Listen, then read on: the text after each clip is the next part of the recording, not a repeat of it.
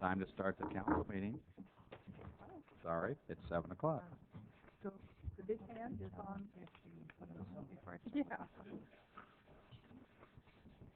I'll ask our attorney, we just reconvened from, is it on? We just reconvened from closed session. We had a couple of items. Mr. Rudolph? Good evening, Mr. Mayor, council members. Council's in closed session this evening for public employee appointment, city manager, conference with legal counsel on anticipated litigation, 2 cases, and there was no reportable action on any of those 3 items. Thank you. We will now open the regular city council meeting, 7:01, July 22nd. Roll call, please. Councilmembers Payne. Here. Claire. Here. Haynes. Here. Meredith. Shelton. Here. I'd like everyone to rise for a silent prayer. Remain standing for the flag salute, please.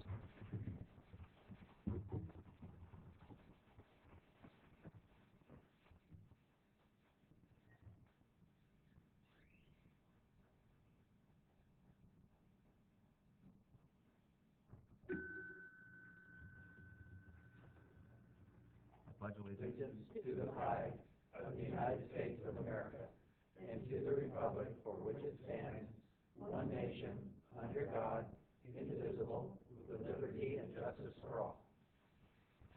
Thank you.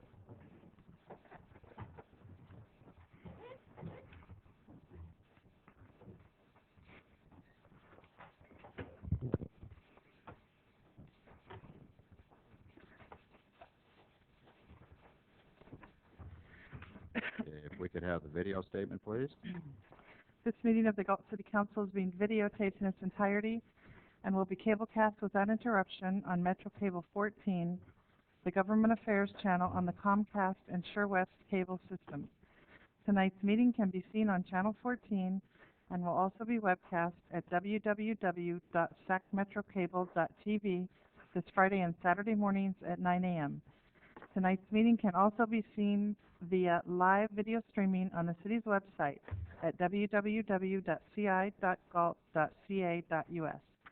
A VHS copy is also available for checkout from any library branch.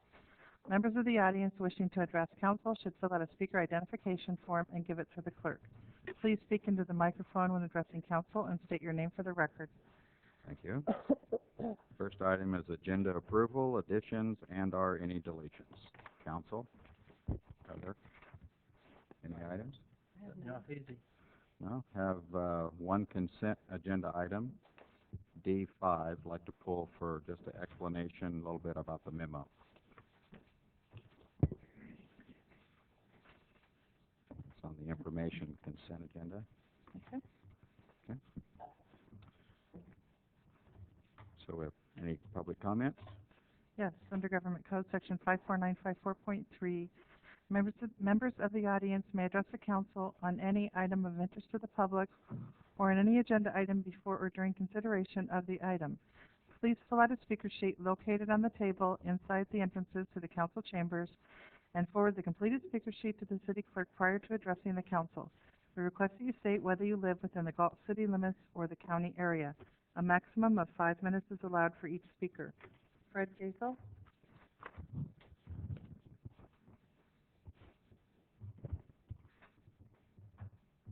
Good evening. I'm here to just update on what's going on with the mosquito and vector control.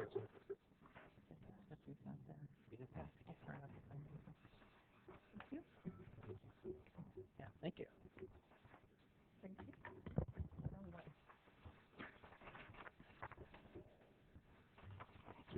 This weekend, where are you going? Thank you. Ruby Mountains, Development Med. I was at a board meeting today, and we were talking about the fact that, as you can see on the map, Galt is one of the hot spots right now. Could you hold on just a minute, Fred? Mm-hmm. She's going to turn the mic up for you. Okay. Just a sec, please. Okay. Galt is one of the hot spots that the Vector Control District is seeing right now. We've had 2 positive birds tested for West Nile in the northeast section of the city. In fact, it was right up at the neighborhood just inside from Twin Cities and Marengo. There was also one out in Harold. The other hotspots are Woodland and down in the Delta, which is, Woodland's always a hotspot, but the Delta's kind of unusual, actually. We're doing surveillance. We're asking people, if you see a dead bird, call the district or go to the website, which is www.fightthebite.net. They've got a new website. It's really snazzy, sort of like City of Galt. It got all improved and jazzed up. They've been doing applications in the area when they find dead birds. They're doing spraying in a 1 mile radius. And the only other thing is no standing water, and use wipes, you know, or repellent when you go out at night, dusk and dawn. Thank you. Thanks, Thank you, Fred. Fred. Tracy Grubb? Tracy?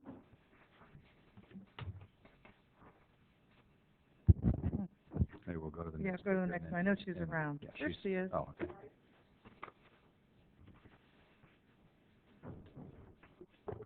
Hi, Tracy Gross from Galt. I gave you all a packet. Since I've been talking about stand down, I pulled something off the internet and I wanted you guys to get a little bit more idea of what stand down looks like. So this is actually off the California Department of Veterans Affairs website. And the second page gives you an example. This is what we do after stand down, which is a count of, and this is from, this isn't last year's, this is from '07. So it kind of gives you an idea of how many people we've serviced and the kind of services they got.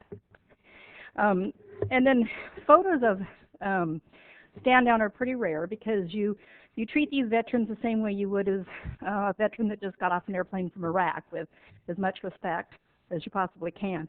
So they don't let a lot of media in there that can take pictures of the camp when the veterans are actually there. But these are a couple of good photos. They didn't print real good. Excuse me, I'm getting over a cold. The first one actually shows the tents and that in the background, and this is how they set up for the weekend, and they're actual military, you know, tents. The guys, it's like, I mean, I wouldn't know, but they say it's like, you know, being in the military and, you know, all of that all over again. This building here is the where the kitchen and everything is for Camp Pollock. And then on the next picture is just one where they're showing there's two great big barbecues there, because this is a Boy Scouts camp too, and where they serve 3 meals a day. This is kind of a photo that gives you an idea of what it looks like. That's all used clothing. They have to set it up, sort it all. And I did find out that, you know, I've been campaigning for the larger size men's clothes because handing out the military issue, I know that we rarely have anything that fits them that's military issue. I didn't realize in the used clothing, besides being short on the larger size men's clothes, that they run out of men's pants, jeans, any kind of pants, usually the first 3 hours of the first day they're handing it out. And we're talking size 30, 32, 34, 36. And then this is just kind of an example of when the guys are leaving. Our security is all done by a motorcycle marine group that does all the security for us. So I hope that kind of gives you guys a little bit of idea, since you guys have been letting me talk about it. I did start getting my barrels out around town. The police chief let me drop one off at the police station Monday morning. I gave one to Boyce tonight. Police chief suggested I go talk to the fire department, and I didn't have any more containers, but I had signs, and they were getting out their own containers, and I'll be going to Elk Grove maybe tomorrow night and try to get Elk Grove more included. Galt's been involved in this for about 15 years, and the Sacramento Stand Down is going to be doing its 18th year this September. So it's great to see that Galt's expanding and how much they're doing for our veterans. So if there's any questions, just let me know, and otherwise, thank you, and I appreciate everybody's help. Thank you, Tracy. Thanks, Tracy. John Slaughterbeck?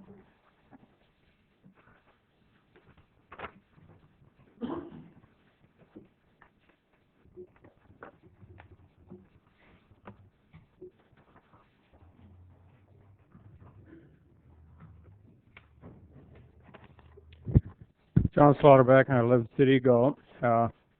The Brown Act. I know that council already knows about the Brown Act, but I want to read a little bit here. Government Code Section 54950-54963. This is the law that requires public access to meetings and requires that elected officials let the public speak. Public criticism allowed. The legislative body of a local agency shall not prohibit public criticism of the policies, procedures, programs, or services of the agency or the acts or omissions of that legislative body. At the last regular city council meeting, there was an obvious and understandable expenditure of sewer funds for the adoption of sanitary sewer management plan mandated by the state. Dale Clare, with his lack of knowledge or his indifference, gave us a rhetorical explanation of his perspective of why he thinks sewer rates increase. Clare used the state-mandated option of the sanitary management plan as an example why sewer rates increase. The fact is there are other reasons for excessive sewer rate increases, mistakes in planning, usually the result of development pressures that leaves us with few options. Many of these decisions in planning are not in the best interest of the citizens of Galt. Here is an example of one mistake: the appropriation of an additional $300,000 for wastewater permit violation fines. These violations have accumulated and will cost the ratepayers a total of $408,000 in fines. In 2005, under the leadership of Dale Clare and direction, made the decision to modify the storage reservoir pond. With that decision, altered the storage reservoir pond, caused the majority of our permit violations and fines. Council's ill-conceived, mismanaged involvement in public works affairs was also the reason for Doug Galt to resign his position as the public works director for the city of Galt. During the summer months, the city needed additional land for reclamation for treated wastewater, which would give it the ability to continue developing within the city. But because of development pressure, there was no land available for reclamation in the vicinity. In place of the need for additional land for reclamation, Clare and that council chose to enlarge the storage reservoir pond. There is documentation in the city's website that explains the cause for these fines, and I also have documentation to that effect. New subject.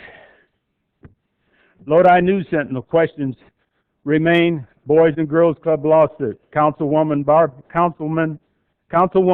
Payne said, sometimes nonprofit organizations are not as business-minded as they should be. Let's make one thing clear. The Boys and Girls Club accepted council's generous donations with little or no accountability from council, and therefore council is responsible for this fiasco. This wouldn't have happened if council had implemented some safety procedure before transferring funds. Council is the one who is not business-minded. Council never has a problem taxing the citizens of Galt, and council never has a problem giving funds to organizations it may be affiliated with, have a rapport with, and socialize with. These kinds of procedures have to stop in the city of Galt. Thank you. Thank you, Mr. Lauterbach. Dan Jimenez?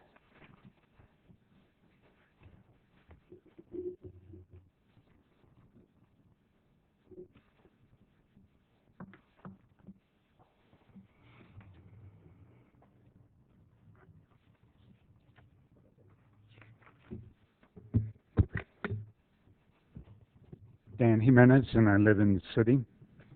As a citizen and taxpayer of this town, I come to these council meetings just to be abreast of the issues that will affect me now and in the future. And given the track record of some of this council, it's not hard to figure out which way the votes are going to go on certain issues and projects. I was not at the last council meeting. However, I did review it later. After reviewing it for the second and the third time, it became quite clear that from the start, a select few council members knew that Delta Greens and a big entourage from people from LA were going to be here that night, and that they were going to make a big push and demand to be included in the SOI. What does it say about a project that has to be snuck into a council meeting agenda in hopes of getting approval without any notice to the public? But more importantly, what does it say about those who are responsible? So it's clear now that underhanded power plays is now the standard of the day with this council. part of what Councilman Haynes said that night took me back a few steps. So I had to listen to it a few times for it to really sink in.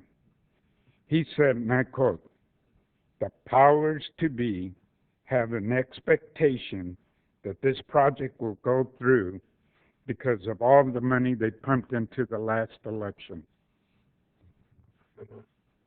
That statement alone to me spoke volumes. In my mind, it says certain council members were bought and paid for, so it's time for them to deliver. I had a really hard time. I'm glad I wasn't here last council meeting. So here are some words and their definitions that those council members have lost sight of. Cooperation, the definition of cooperation, cooperative work done by a team, acting according to certain accepted standards. Leadership, a group of persons associated by some common tie or occupation and regarded as an entity. Truthfulness, the quality of being open, truthful, not deceitful or hypocritical. Honesty, the quality of being honest with integrity. Right then and there I stopped, because I knew if I looked up the word integrity that applied to them, it would scare the bejesus out of me. Just look at to say that this council is divided into two camps, it's really a huge understatement on my part. Just look at where you all sit. It leaves no doubt in the citizen's mind that it's an us versus them situation. Integrity? I think not. And this is no way to run a city efficiently. I'm the only one standing up here tonight delivering this message, but it rings true with a lot of folks in town. Thank you for allowing me to have this time. Thank you, Mr. Jimenez. Thank you, Dan.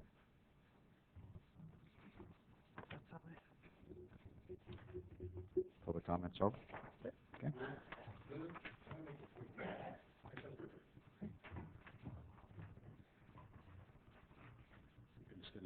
Al Baldwin, I live in Galt. I live in a great community.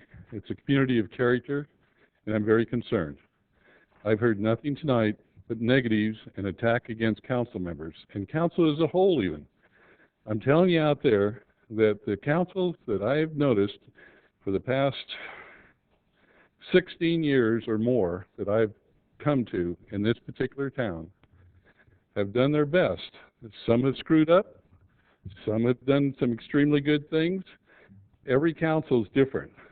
The one thing I'm noticing now about some of the citizens coming forward is that the very, very strong attacks on all the council. This council is doing the best it can with what it's got. There's a lot of things that can be better, and there's been a lot of things that maybe got a little worse because of some decisions. But both sides, whether you're the majority or the minority, they seem to all at least talk. And you're talking integrity, I'll tell you, he couldn't figure out what integrity really was. And basically, it's something you do when nobody's watching and only you know. And that's basically, very short, the definition of integrity. It's something you personally do when nobody knows that you're doing it and you're doing it right. The council that I've been watching over the years, and this one too, have done their best. I've seen the majority and the minority. I've seen Don and Andrew and the Daryl and Barbara and Randy as a majority, and I've seen you as a minority. I've also seen it reversed when Jim Raboy, you, and Andrew were there, and you were the majority, and it was the same way on the other side. I'll tell you, it's back and forth. You've got to work together. You must work together. This is something that's not just in this town, it's everywhere. And the Economic Times is bringing it to our attention. It's becoming magnified big time. And instead of people attacking council members, I'd love to hear some suggestions to make it better and to make it, rather than not recalling, but to make this town a better place to grow, a better place to live, to raise your children, to do the best you can with what you got in these hard times. It's the worst we've had since the recession, and it may not get better for a little while longer. But why should we keep knocking our leaders constantly?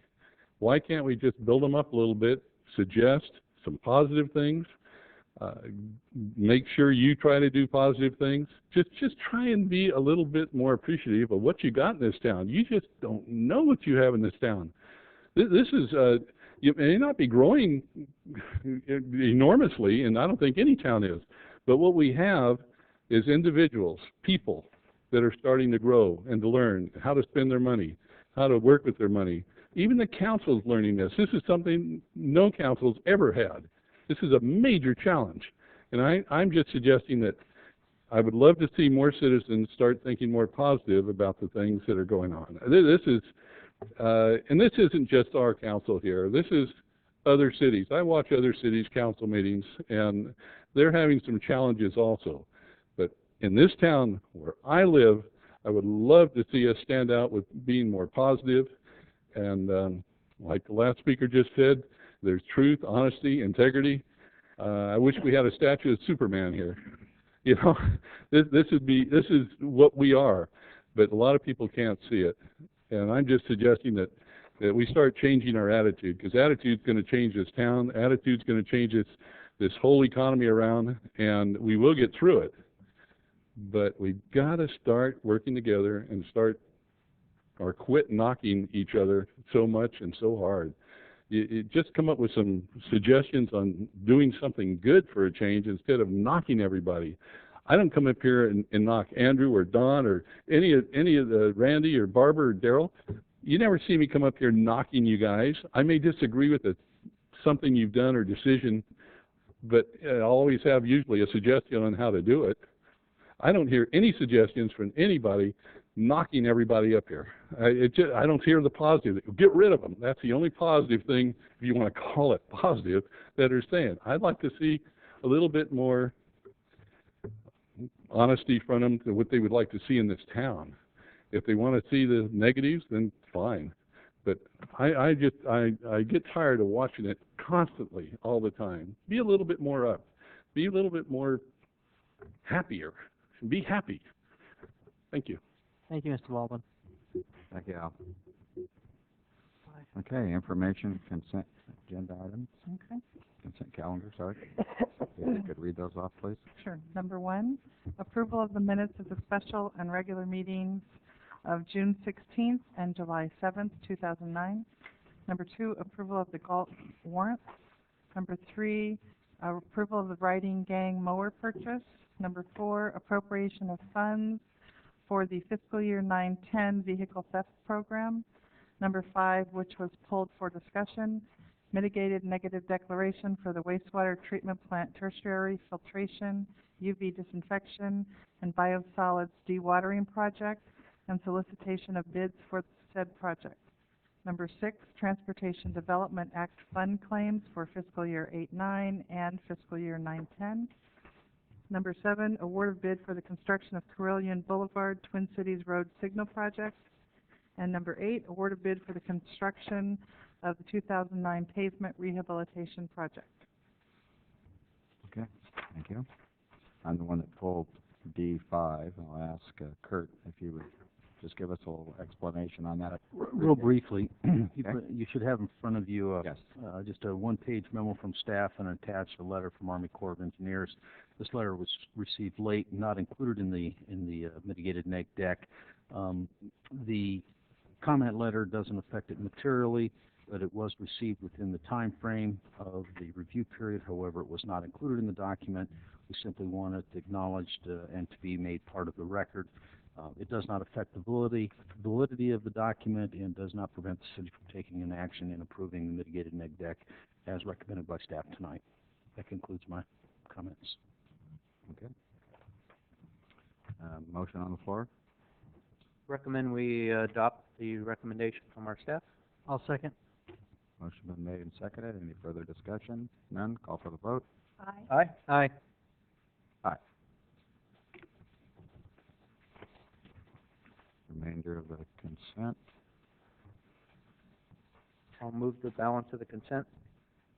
Okay. Motion's second. been made and seconded. No further questions, comment? Call for the vote. Aye. Aye. Aye. Aye. Passed 4-0. Okay.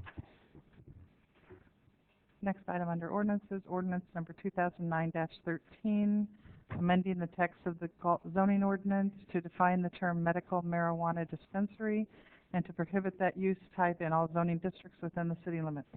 Before we go to that, I failed to let you know, I have 2 items under communications, if I could touch on those for we. One, you should have all hopefully gotten the word from a variety of sources. I got 2 phone calls from Congressman Lundgren's office and one from Pete Evich, and that we got $500,000 approved. And I was going to ask Mr. Halliday if he could touch on what that affects. This funding is for the Central Galt interchange, but it's for next year's program. So again, we want to thank Congressman Lundgren and his staff for, that makes almost $3 million that he has gotten approved for the federal government to bring into that project to keep it moving forward and to get it badly replaced. The other item, Mr. Slaughterback introduced for me earlier, and I just wanted to quote from another city, since usually our city is used in reference to this topic.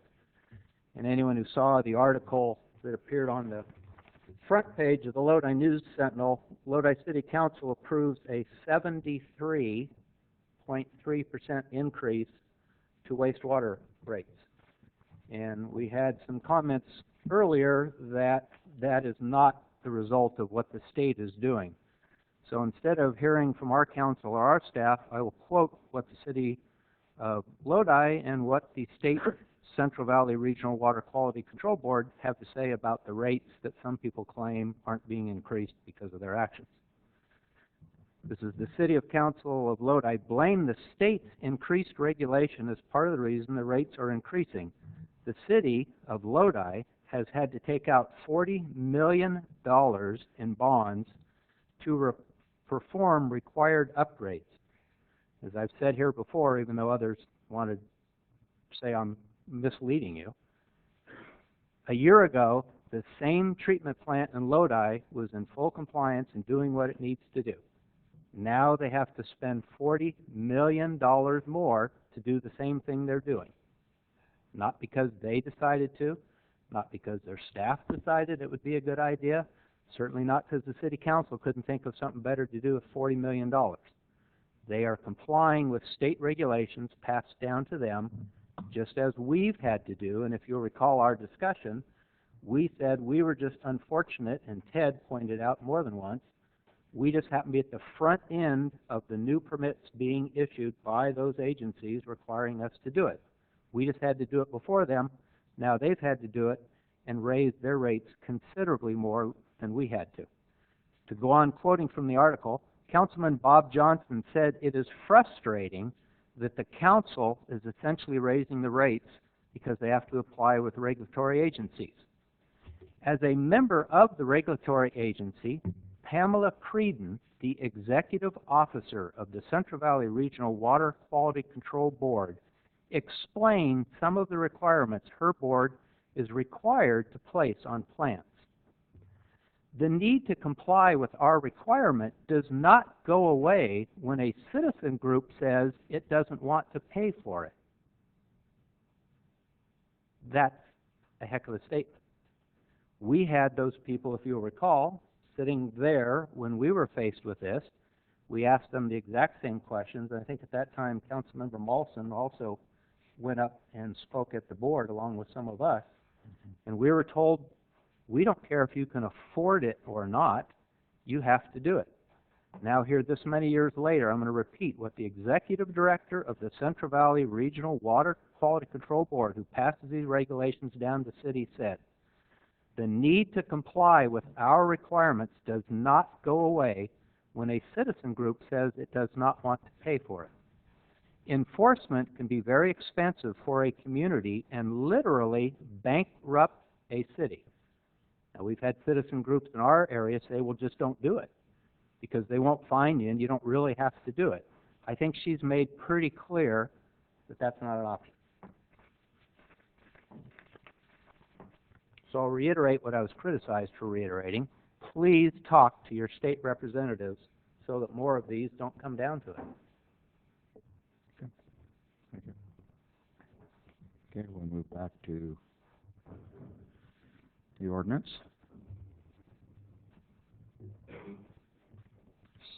Staff report. No additional report. This is simply brought to you for the second reading and final adoption. Okay. Any questions or comments from council? If there's none, I'll entertain a motion. I move that we accept the recommendation of staff regarding the ordinance. Okay, motion's been made. Is there a second? I'll second. And seconded. Any further discussion or comments? None? None. Call for the vote. Aye. Aye? Aye. Aye. Approved. Next item is City Manager's Office, regular calendar. Okay. I think Jason's just going to jump right in there. I'll jump right in there. Okay. Good evening, There. Mr. Mayor, members of the City Council. This item is the Lincoln Way Alleyway Public Access Agreement that we talked about several months ago. The council will recall that we had several agreements with a variety of property owners around the Lincoln Way parcel that the city purchased about 6 or 7 months ago to develop a public parking lot between A and C Street along Lincoln Way behind Peck's property and some of the other buildings there. We are continuing to develop the design plans for that project. We're nearing completion. We've had some public meetings with the business owners down there, the property owners, to get the design information out there and solicit input from the various interested stakeholders, and that's moving along well. One of the gaps that we saw when we originally did this was the alleyway just north of Gary's Country Deli, kind of south of the supermarket there. That alleyway is actually owned by the owner of the supermarket. And this agreement that's coming back to you now is a public access agreement that will allow continued public access of that alleyway for a minimum period of 10 years. Right now, it is a private street, so if at any point the property owner could block access to that alleyway, prohibiting public access from that. City council staff was interested in improving that alleyway to provide better access to the Lincoln Way parking lot project, that we would then have really good access from the parking lot onto C Street, onto Lincoln Way, and back onto Market, and so forth. Really excellent circulation. So what you see before you tonight is the development of agreement with the property owners to, one, allow the city to go in and improve the alleyway to bring it up to the better standards. As you know, it's riddled with potholes and just basically crumbling and falling apart, especially in the winter months. It just becomes impassable because of the standing water and so forth. So this would allow the city to go in and make some improvements to repave that alleyway, and in exchange, the city gets right of use of that alleyway for a period of 10 years. If the property owner determines they want to do something else with that property before the 10 years is up, they would have to pay us back a prorated share of the city's cost of improving that alleyway. The estimated cost of improving the alleyway is about $10,000. The improvements are incorporated into the design work that's been undertaken by Public Works, and it makes financial sense to include that alleyway as part of the larger project because of economies of scale. We have the paving crews and everything out there at that time. It's a lot less expensive to just do it then, as opposed to coming back later. So we were fortunate to get this agreement before the City Council. We're asking the Council to consider, and the recommendation is to approve this public access agreement with the owners of the alleyway, so that we can make those improvements and incorporate them into the Lincoln Way parking lot project. And we're hoping to have the whole project done in November. Good. Very good. Any questions for Jason? I have a comment. I know in the past few years I've had a number of complaints from the Women's Drop-In Center, Laheim, because the alley has, it's in very bad condition and it holds water, and it's actually probably a health hazard because of the standing water. But I know the senior ladies that attend the drop-in center have a real problem with that. I know we're going to be making them happy. And the other thing I would point out is, even though it is privately owned, it is used extensively by the public, and they always look to us to do something about it. And it's very frustrating when you have so many citizens that want us to address a problem and we haven't been able to. So I feel very supportive of this project. Is there a Before motion? you do, I want to agree with what Barbara said, but not just to reiterate it, but it has been an ongoing problem. And I use it quite often myself, and I'm always worried about doing, damaging my car going through there. So yeah, I'm glad to see that we're moving forward, and I think the sooner it's done, the better. So I do support it. Okay.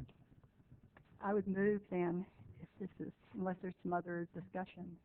Well, you guys were talking, and I said, is there a motion? But I'll just go ahead and... Well, I want an opportunity to speak. Okay. So, is there a motion? I'll make a motion. Okay. Motion's been made, and is there a second? Whichever one of us didn't make the There's- motion will second. Go ahead, Darrell, you second it. It doesn't matter. Barbara seconded. Yeah, she did. That's fine. No further discussion. Call for the vote. Aye. Aye. Aye. Aye. Okay. Very good. Good job. Okay, next, non-residential impact fee deferral program. Okay. And staff report? Yes, Mr. Mayor, members of council. Several months ago, the city council directed staff to put together a program for fee deferrals for non-residential development. Over the past several months, we looked at a number of different jurisdictions to see how they had addressed that issue. What you have before you tonight is a combination of probably several jurisdictions and one that we believe fits the city of Galt and the intended purpose for which the council directed us to do this. The city typically requires all fees to be paid at the time the permit is issued. Under this program, qualified projects, and they are identified in here under the project qualifications for either targeted area retention of businesses, negotiated projects, or target economic activities, they could qualify for a fee deferral to the point of either final inspection or certificate of occupancy. The fees that we would be looking to waive and are recommending are your capital fees. Those are listed on page 2 of the staff report. Your capital impact fees, water connection, sewer connection, drainage in northeast area, if it happens to lie within that area.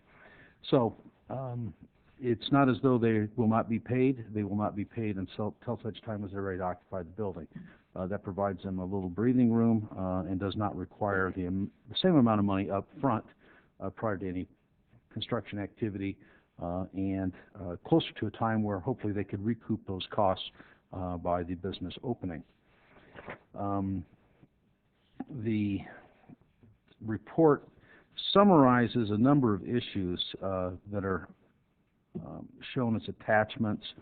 We have the actual introduction to what the fee deferral program would be. That would be the application that would be handed out. Or part of the application, there's an actual application. There's a section that shows how the fees would be calculated. There is an administrative denial form. We are recommending that property owners that have either been foreclosed on, filed for bankruptcy in the last 4 years not be eligible. Any property owner that has an outstanding civil judgment, and any property owner that has outstanding city invoices, taxes, or fees due to the city. We're not recommending that they be income or be program eligible for this. That's simply a matter of risk.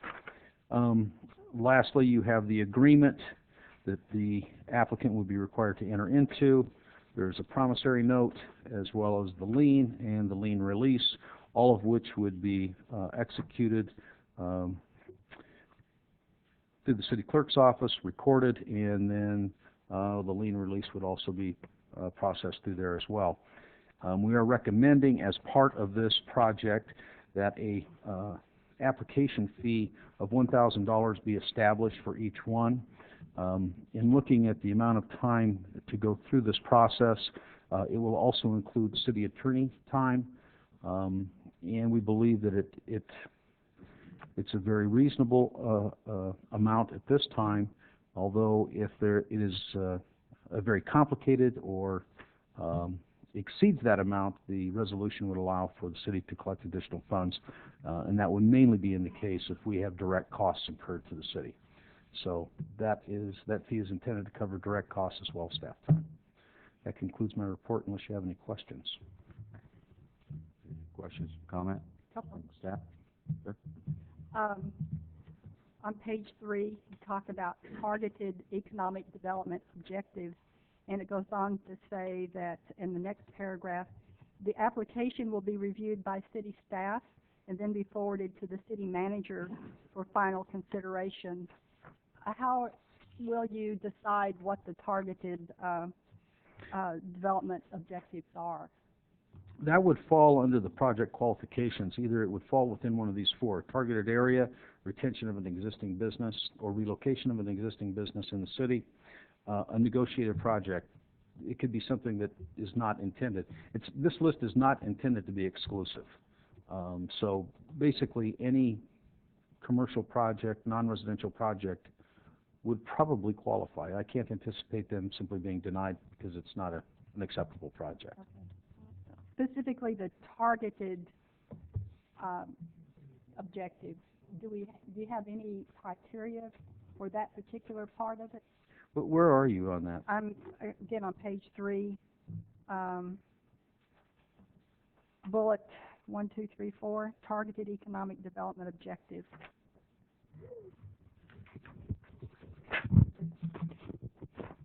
Page 3 of the non-residential deferral program, if there's more than one page 3. Oh, maybe you're back. This is something that I think was anticipated to potentially change over time. As part of the Oh, roadmap, yeah. the economic development roadmap that we put together, Right. there were identified types of priorities for the council in going after for economic development. Yeah. So those would be anticipated to be included in that, but that could change over time. The council could say, we have a new priority and it's going after X, Y, Z type of project. And so this isn't intended to be something that's set in stone. This is whatever the council deems as a targeted project could become a targeted project. So the council will have input on that. Right. And then my other question was just on the next page, page 4, obtaining the building permit, says, let me find the beginning, prior to the building permit, and it goes on, it says, deed of trust and promissory note must then be returned to the community development department. Who is specifically, would that be you, Kurt? That would be Actually, responsible for that, or if that's recorded, it should go back to the city clerk. so is that? Well, it says the digit and promissory must then be returned to the city clerk's office, is what mine reads. I'm looking under after obtaining the building permit notification to staff. In the 7th line down. Copies of the signed and recorded fee deferral agreement, deed of trust, and promissory note must then be returned to the city clerk's office, is what mine reads. Mine says community development department. And Are you you got looking at a difference? you got the wrong cop. It did say that. It was changed. Oh. It will be the city clerk. Oh, okay. She's the keeper of the records. Okay, so that's just, I have something different than you have. I don't understand that because It's in my packet. What is it? well, Yep. there was a change and maybe I think that's what Kurt said. I don't know. Was there a change made? it was made. It did say community development because I remember I made the change. It's supposed to be city clerk. Well, It will be the city clerk. okay, that's all we want to know. Well, mine doesn't. Maybe it was changed, but not on the What hard does yours copy. say, Daryl? Because I'm looking at a hard copy. The electronic version that was posted on the website, Is correct. it was distributed, is correct. Correct. And my hard copy then is incorrect. You may have gotten Mine says community development. Yours does Could too? have gotten a late change, but. yeah. I don't know. Okay, this is clear. It will be. Going back It will be the city clerk. Going to clerk. And it's a matter of record at this point. Yes. Those are my only questions. Okay. The city attorney had a couple of minor comments that will also be incorporated. There were some minor language changes, just part of the application. None of the agreement documents. Those were all done by the city attorney's office, and there will be no changes. Thank you. Sure.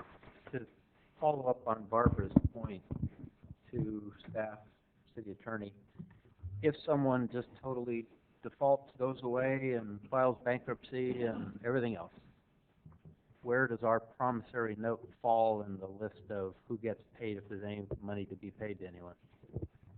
Well, it would stand in the order that it was recorded. So you'd have to, it would determine how many liens were on the property at the time that we recorded our deed of trust.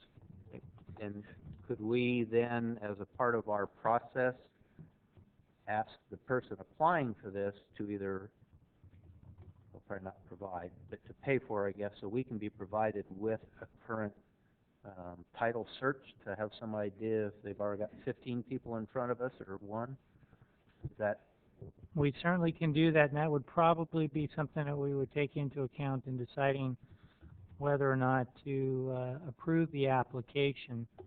Because in this scenario, for example, let's say there's some construction loan already on the property, chances are they're not going to agree to subordinate to the city. So Right. we might go back to the developer under that scenario and say, if you can get your current lender to subordinate, then we'll make we'll defer the fees. If you can't, then it's not appropriate in this circumstance. I think it would be a good step in the process for staff to just have an awareness.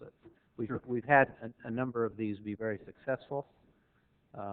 We've also had one rather problematic one we're dealing with right now, obviously. So I just think that would be a good part of our due diligence. One of the benefits of this type of program, too, is that the city would not issue that final and would not issue a certificate of occupancy. Oh, sure. Yeah. So technically, there is no operation. If they did go bankrupt, those fees would still be due to the city on any subsequent buyer. The other really distinguishing factor on this is if the city isn't out any money. No. We're not giving the developer any money, we're not advancing any money, and these fees are supposed to be to mitigate the impact of the business opening. They're to mitigate, they don't open, there's no impact. That's correct. So the risk from the city in this scenario is very, very low. Even if we don't get paid, we essentially haven't lost anything because the impact isn't there. So. Steve, in the order in which these liens are filed, how does that apply when it comes to tax liens? Is it also the same? Or will tax liens take a precedent? Tax liens rise to the top. That's what I thought. Okay, any other questions or comments? No, I will move. I'm sorry. Have a member from the public that'd like to speak? Before we Mike Guthrie, General Park Company. That's nice. I hear that we're going to do something for the commercial folks, but what about our residential? When are we going to be able to get something going on the residential and maybe get some fees deferred? Because as you know, let's just take our little subdivision down in Creekside. We start off with right off the bat $50,000 for fees for the permit and the school fees. And then you put the land or the improvements in there at another 50, so you got $100,000 before you even dig a shovel, and that doesn't even count the cost of the land.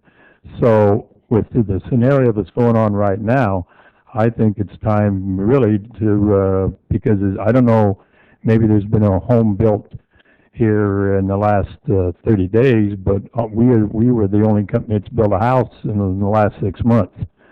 So I think it's time that the city look at doing something for the subdivision people, because, well, the way I look at it, and maybe I'm wrong, going to have to be in that $250,000 to $325,000 if you're not selling a house. There's that many houses on the market that are in the $200,000 range. So if you want new product, the city's going to have to come forth and try to help the builders out that are in town so they can keep on going with something in the near future. Thank you. Thank you, Mr. Guthrie.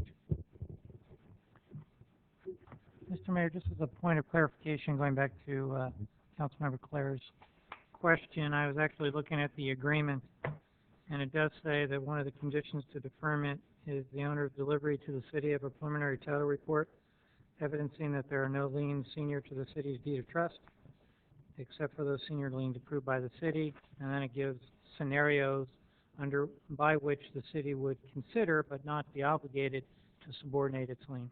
Okay, good. Okay. Well, that does bring up an interesting question and a comment. So my request is through Jason and Ted that you look at the residential, okay, and come back at time deemed appropriate. I know that we're going to have our developers and builders meeting at the end of the month. I think it'd be appropriate, maybe that'd be one of the things we could talk about. Not saying that it's going to happen, but I believe that's one of the items we could discuss. Yeah, residential fee deferral has always been a little bit more problematic than the non-residential side. We actually brought it up to the representative from the BIA as well as Price Walker with Elliott Homes, and they both agreed that on the non-residential side there was certainly a benefit there, but on the residential side they didn't see, and even Price Walker admitted that it probably wouldn't benefit his developer. Now, Mr. Guttridge or other developers may have a different opinion, but from his opinion was it didn't benefit his project. They'd much rather see a reduction in fees than the deferral in fees. And there's actually going to be a presentation tonight from OmniMeans where we're going through right now and updating all of our impact fees. And we don't know exactly what those are going to be yet, but we're optimistic that there's going to be some kind of relief on the total impact fee. So that may be more of a benefit to Mr. Guttridge or other residential developers, because the problem that we've had in the past is deferring residential fees is you get to a point of, okay, the fees aren't due until certificate of occupancy, and then you've got a moving truck that comes up with a family with 5 kids ready to move in, and the city's the bad guy saying you can't move in because your builder hasn't paid his fees, and he's walked away, and now what do we do? It's a lot different if you're talking a commercial development than a single-family home. So that's kind of why, one is council gave us direction just to look at non-residential, but two, I think staff recognize that it's a whole other ballgame getting into the non-residential side, or the residential side, I should say. But we can certainly discuss it further as part of the development forums that we're having, and see if we can maybe bring that back either at the time that we consider the new fee program that is going to be brought to the council probably in October, or if that doesn't address the issues, we could bring it back after that, if that's acceptable to council.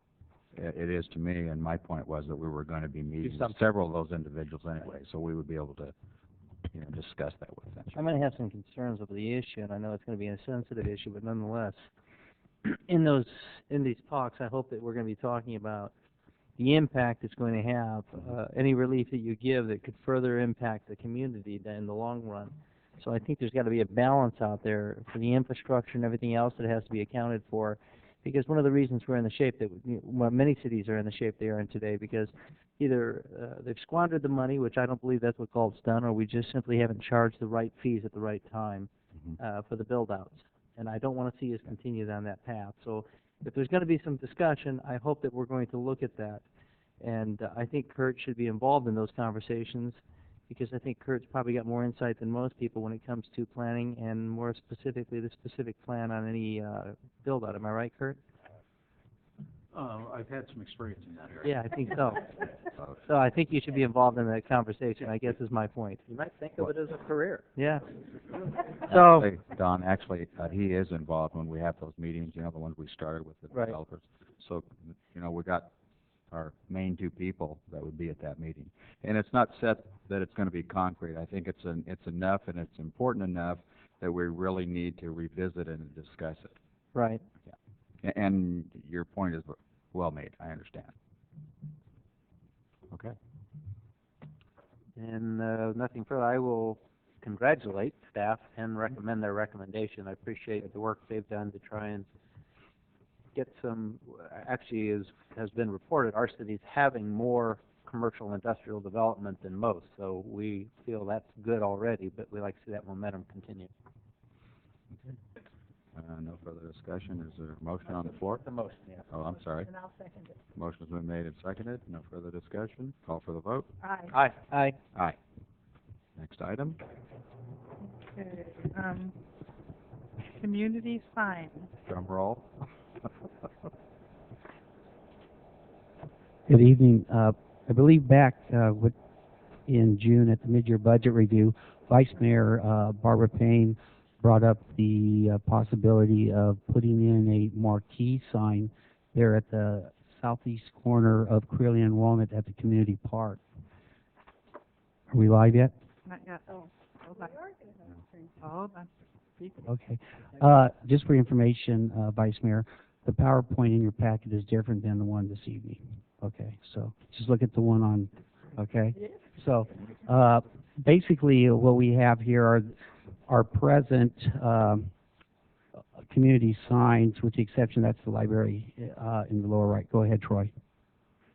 From my understanding, at the mid-year budget, the proposed location is at the southeast corner of Curly and Walnut, basically the community park. Okay.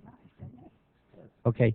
Presently, we have 3 locations throughout the city, which are angle iron 4x8s. Community organizations, including the city, will put up their, say, upcoming event, be it the Strawberry Festival, the Galt Festival, fundraisers by different various organizations. This sign is located at South Lincoln and Chabot Avenue by my old offices. And this one is going northbound on Carillion towards Twin Cities.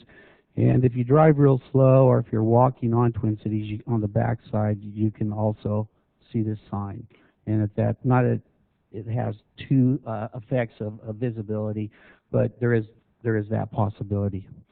And then the marquee sign, I think this is the type of sign the Vice Mayor had visualized for the southeast corner of Carillion and Walnut. Okay, with that being said, again, it's about $500 for those signs that we currently use. And the organization, like I said, will come into the, drop it off at the office. My staff, Troy's staff, will put it at the various locations. And depending on how many we have, we try to typically rotate them throughout the community. I believe also council brought up the possibility of an electronic sign at that location. And I'm not reckoning one at that location at this time. It would be approximately $4,000 to get power to it, and plus you have the cost of the sign. One thing I met with Mr. Holliday in regards to the C Street overpass, and we're going to have a similar type island that we presently have. It won't be as large, but he's going to provide me power, water. So in the near future, for electronic sign, which I'd recommend that we put one at that site, and also replace the Welcome to Galt sign, and maybe incorporate it into one large sign. But again, I would say hold off on any type of electronic until we finish up that project, and at that time we'll come back to council and do something real nice for the community. On the marquee sign, I believe in the financial report that Barbara was going to give her travel monies of $2,800 to be utilized for the sign. I'm estimating that it'll be approximately $3,500 to install it. Troy staff can install it there and everything of that nature. If council approves of this type of signage, I would recommend at this time we'd restrict it to city events only, okay? Because Liz has said she's volunteered herself, or probably her staff, to change the wording on a monthly basis only. And just with, at times within the community, how active this community is, you can get inundated. So again, if this is council's desire to have a similar type sign of this nature, restrict it to city use only, or events, and then that Liz would do it on a monthly basis. Now with that being said, I believe also I will be coming back with a policy on our other signs. I believe that was also a direction council gave at that meeting. So I'll get some recommendations. I have some policies that I got from Paula and also from Liz. I will take those to the Parks and Rec Commission, work with the city attorney, then come back to the city council for final approval. Now, with the four-way stop, and this is real interesting, I pulled up on a web that since it's a four-way stop, we don't have to calculate the size of letterings, because what they do is miles per hour, they recommend you could go with a 4-inch letter, which is this. And then if it's like on an Expressway 55, they recommend you go with this type of lettering. With the smaller type lettering, we could get 4 lines. And then on the top of the marquee, I would recommend that you put the city logo in the middle and then put community events. Okay? We would need additional monies for that type of sign. Okay? The only thing I would be cautious about, is from my experience, with this type of sign, even though we have a city policy, I'm sure people will be knocking on Liz's doors for their events. Just a precautionary thought for you. But that concludes my staff report. I'd like to comment on why I think this is so important. One of the things that I think we've been working on for some time is to find more ways to communicate with the people that live on the east side, especially events that are going on the west side. I know we've tried to promote Old Town Galt with different events as well as downtown. And many times we've had to resort to getting the Boy Scouts to hand out flyers door to door to get the information out. And I think this type of a sign is something that people can get used to looking at, just like if you drive by a movie marquee, by the theater, you get trained to look to see what the current movie is. And in this case, if this is this type of sign, I think the people living in the area, especially there at the 4-way stop, will naturally glance over and see, well, what are we having? A farmer's market. And I think this would represent our city events a little bit more professionally. I think the other signs that we have in the frames are nice. I know some of the different organizations have gotten very creative with their signs, and some are heavy. And I've noticed your storeroom gets pretty full of them after a while, but I think they're nice signs. I'm not suggesting we do away with them at all. But I think something like this would be a benefit to the community and well worth the money that we're investing in it. And I think the money that I offered for this was from the last budget. Where's my? I believe it was a carryover from the last. So, you know, if you guys think you need my future traveling money pledged to it, it's that important to me. I just want to connect our 2 cities as much as we can. Well, I say 2 cities. It seems like we are almost like twin cities with some on the east and some on the west. So it's important to me to make us one city, and I think this will help. So I would hope that the council will support it. Right. I don't mind the purple. I kind of like purple. No, at night it will be lit up. Right, right. I very much support what Barbara's trying to do. My concerns about putting that in the location we're proposing is vandalism. Most of the ones you have aren't really too close. This is one of the closest ones to foot traffic, but it's also in view of a lot of people, Tuesdays and Wednesdays especially, but I mean a lot of time. I'm concerned because I play tennis at that park. Often you guys have to scoot me off the court when you lock it up at night. But after that, I mean, if somebody wants to paint that thing any color or in its entirety, it's pretty vulnerable. That's my main concern.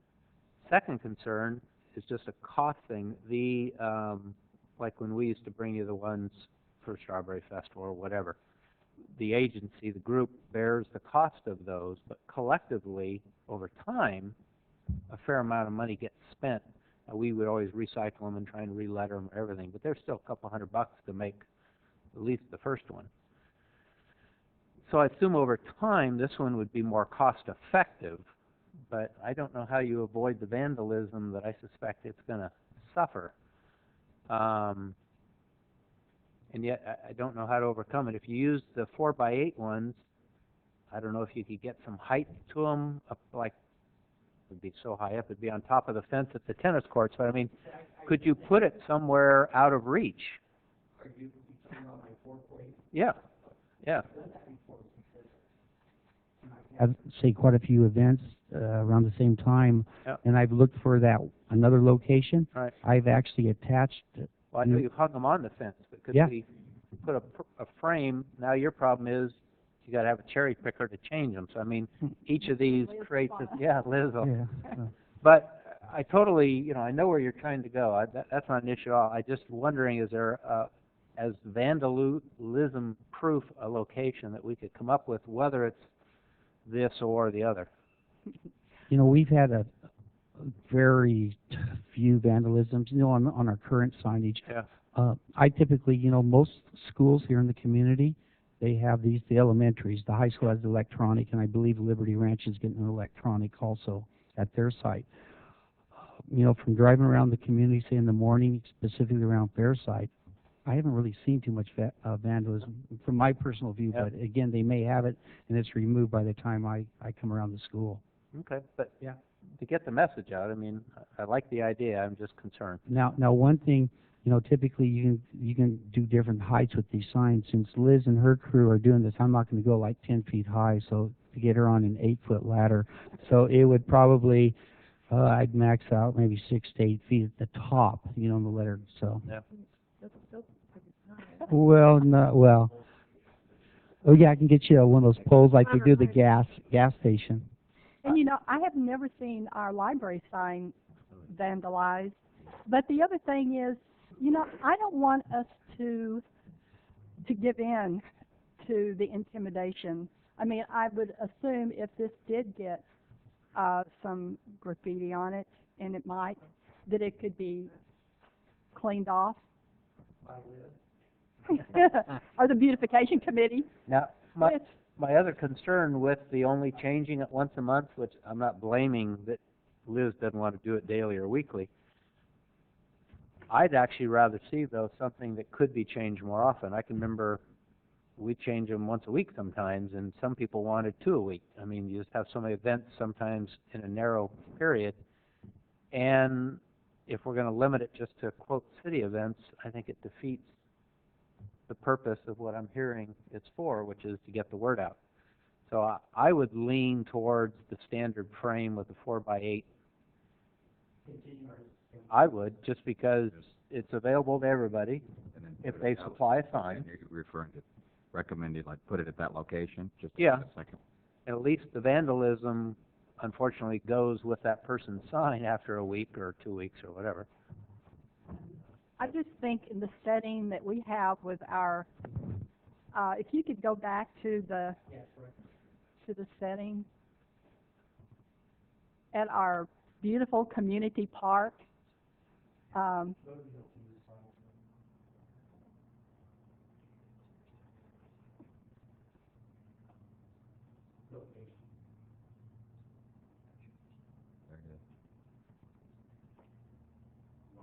One more. There you go.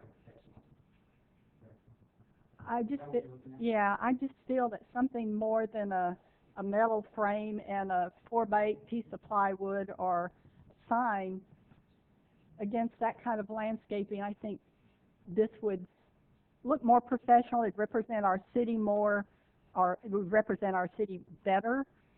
And we can leave the other signs for the clubs and Vacation Bible School and all that, but something to represent city events.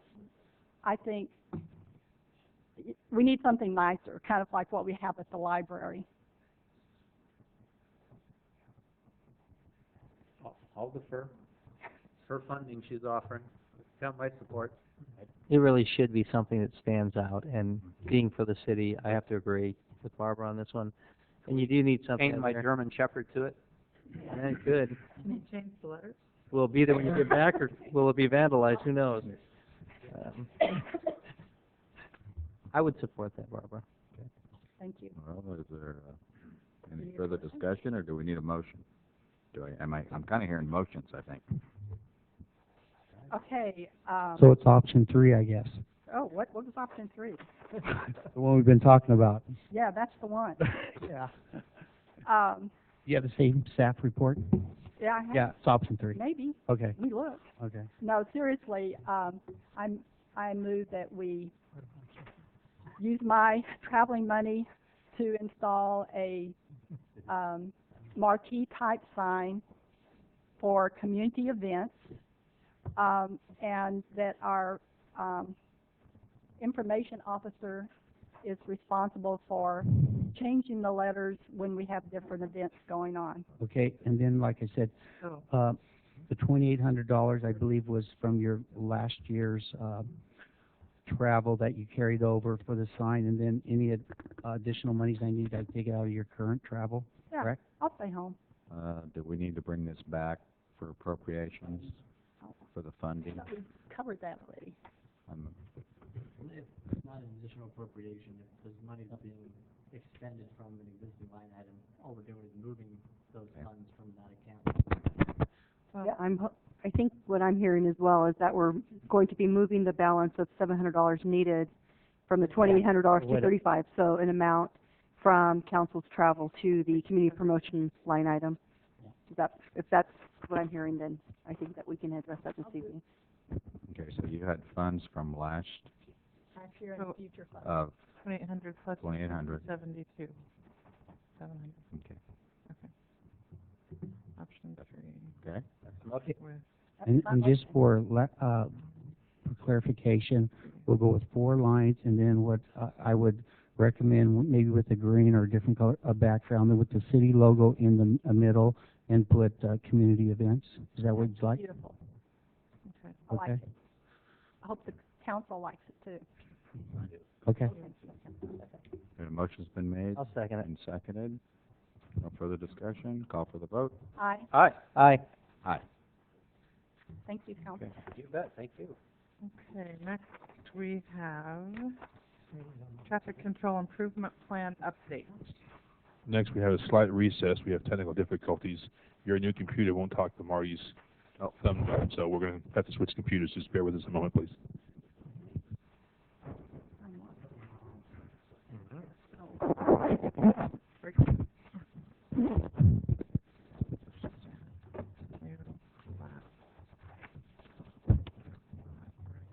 So we don't need just a traffic control improvement, we need a computer control improvement? We could do it the old way. Speaking of which, I got a question for you while he's setting up. The lights over there off of Twin Cities when you're coming off 99, those lights are set on a timer, correct? Traffic lights? Yeah. They're set on a combination of fixed time and traffic sensors. And do they change on the weekends? I take it they would, with the sensors. I don't know for a fact, but most likely there are different programs set for weekend traffic than for daily traffic. And they're under the control of Caltrans. We don't control those signals. Yeah, we don't. Right, because it's county, that makes sense. We would like to. Yeah, we will No. eventually. Yeah. I think the timing's not fine too. Yeah, something doesn't seem right about them. We occasionally receive complaints, and we would be happy to contact Caltrans traffic signal maintenance and have to go back to make sure they're still in their current loops. Okay.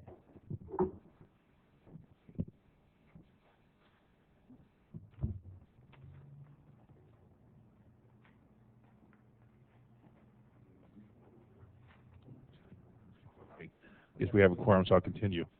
The next item for your consideration is the update to the 2009 Traffic Capital Improvement Program and the Northeast Area Capital Fee Program. These two programs provide for construction of infrastructure improvements to support new growth. Back in 2006, the council approved an update to the then current plan. At that time, we provided for increases in the construction costs for projects as well as right-of-way. We also incorporated a couple of revised project scopes into the new overall program. We also assessed the remaining land bank, which at that time was drastically diminishing. As a result of all that, we came back with recommendations for some pretty substantial fee increases, mostly due to the shrinking land bank. Council at that time ultimately adopted a reduced traffic fee for commercial development with the intent to come back once we had finished the general plan update and do a comprehensive fee revision. That's what we're here tonight to give you a status of that. In January of this year, the council awarded a contract to OmniMeans to prepare the update to the two plans. Their scope included updating the existing project cost estimates for projects currently in the plan, also preparing estimates for a new project as well as identifying the new projects, and establishing a new expanded fee structure based upon the general plan boundaries and land uses. We've also included a number of new general plan 2030 elements. These are new improvement projects. We're also looking at establishing new capital facility fees for a variety of non-transportation projects. These are outlined in your agenda report. At the January meeting, Council asked that we bring the project back in status reports to bring Council up to speed on what was done to date and give Council an opportunity for direction and input along the way, rather than coming back with one whole report at the very end and say, here it is, approve it. So that's what we're here tonight. Marty with OmniMeans is here to give us a presentation of the work done to date, and also to facilitate discussion about some policy issues that will be needed to be settled in the upcoming months. So I'm going to turn it over to Marty in a way. Thank you, Greg. Members of the City Council, for the record, my name is Marty Inoue. I'm a principal of OmniMeans and the project manager on your 2009 capital facilities update.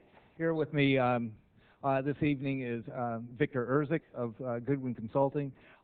He is assisting OmniMeans and myself on the preparation of the capital facilities other than traffic facilities that has been requested as a part of our scope of work. As Greg mentioned, this is presentation one. We anticipate being back before you several times to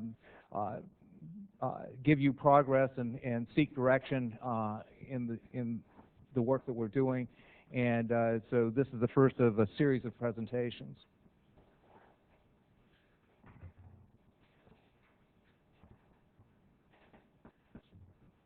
Let's try this.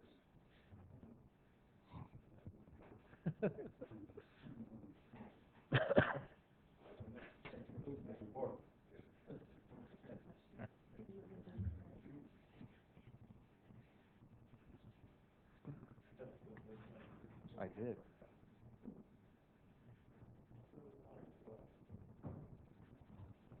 I appreciate your brevity. Try to end it and relaunch the program. Let me just. There you go. Well, I would exit out of PowerPoint and try to launch it again. We paid extra for that strobe effect. Liz, you need a new computer.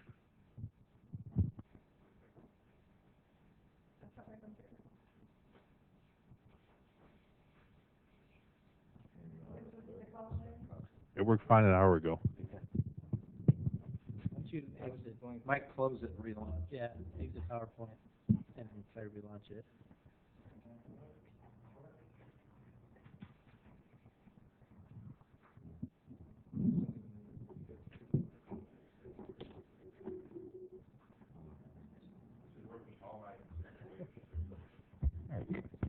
Check the connection on the other end too, Liz, over there.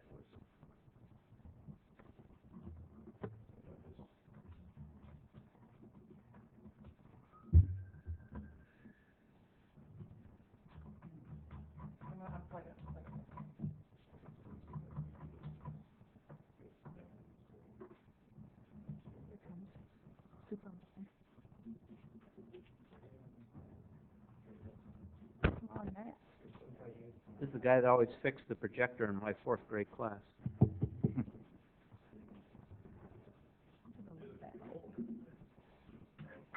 Did you have someone who came? It should work on the new computer, but it didn't recognize the stick. All right. It's not here. I just unplugged it and plugged it back in. We had Spanish lessons. So when you're movies and they talk in social settings. Plug it back in. Oh, you're in. Yeah.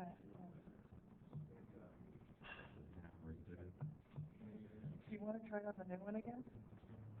Ooh, that looks good. Like that. Here's your Hawaii. Yeah.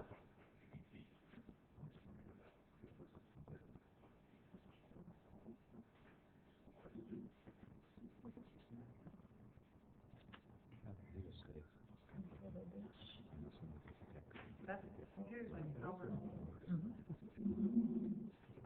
Not even 8. Could we adjourn to redevelopment and get that out of the way and cancel comments and? I think it's an excellent idea. Yeah. I think that is a good idea. Yeah. Okay. No, no, no, it's, hey. Better than me. I thought I wouldn't be able to do that. I'm ready. Okay, we'll adjourn to Redevelopment Agency. Roll call, please. Board members Payne. Here. Claire. Here. Haynes. Here. Meredith. Shelton. Here. Can I say one thing? Sure. He didn't ask me to, but Councilmember Meredith was not feeling well this evening, so. Everyone. Oh, you know, right. You mentioned that to me, and we didn't make that comment, so. Any public comment? I have no speaker sheet. No? Information consent agenda items. Would you read those two items, please? We have two items, minutes of the meeting of July 7th and the redevelopment agency warrants. Any questions or comments? Or motion? Is there a motion on the floor? Move the consent agenda. I'll second it. Motion's been made and seconded. No other comments? Call for the vote. Aye. Aye. Aye. Aye. 4-0.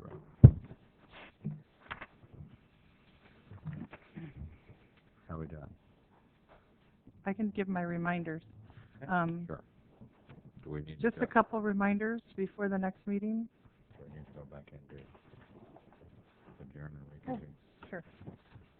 Just a technical glitch. We will adjourn and reconvene to the Galt City Council now. Couple reminders on July 22nd, there will be a Public Safety Committee bi-monthly meeting at 7 p.m. In the Pachetti Community Room at the Police Department. On July 23rd, the Commission on Aging meeting has been canceled.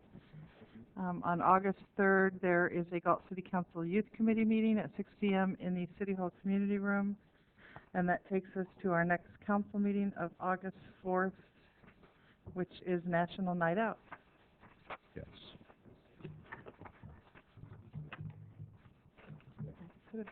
Usually I have long. I know, I was going to say that was quick. Not tonight. And I guess I could bring that up, huh? You could. Under, are you guys still need a few minutes? I'll know in a minute. Go. Okay, I'll hold my comment on National Night Out then.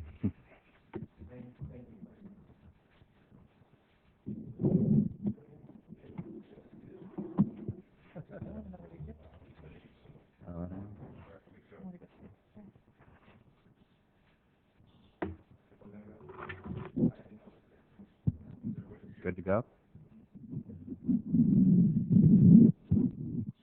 Okay, thank you for your patience.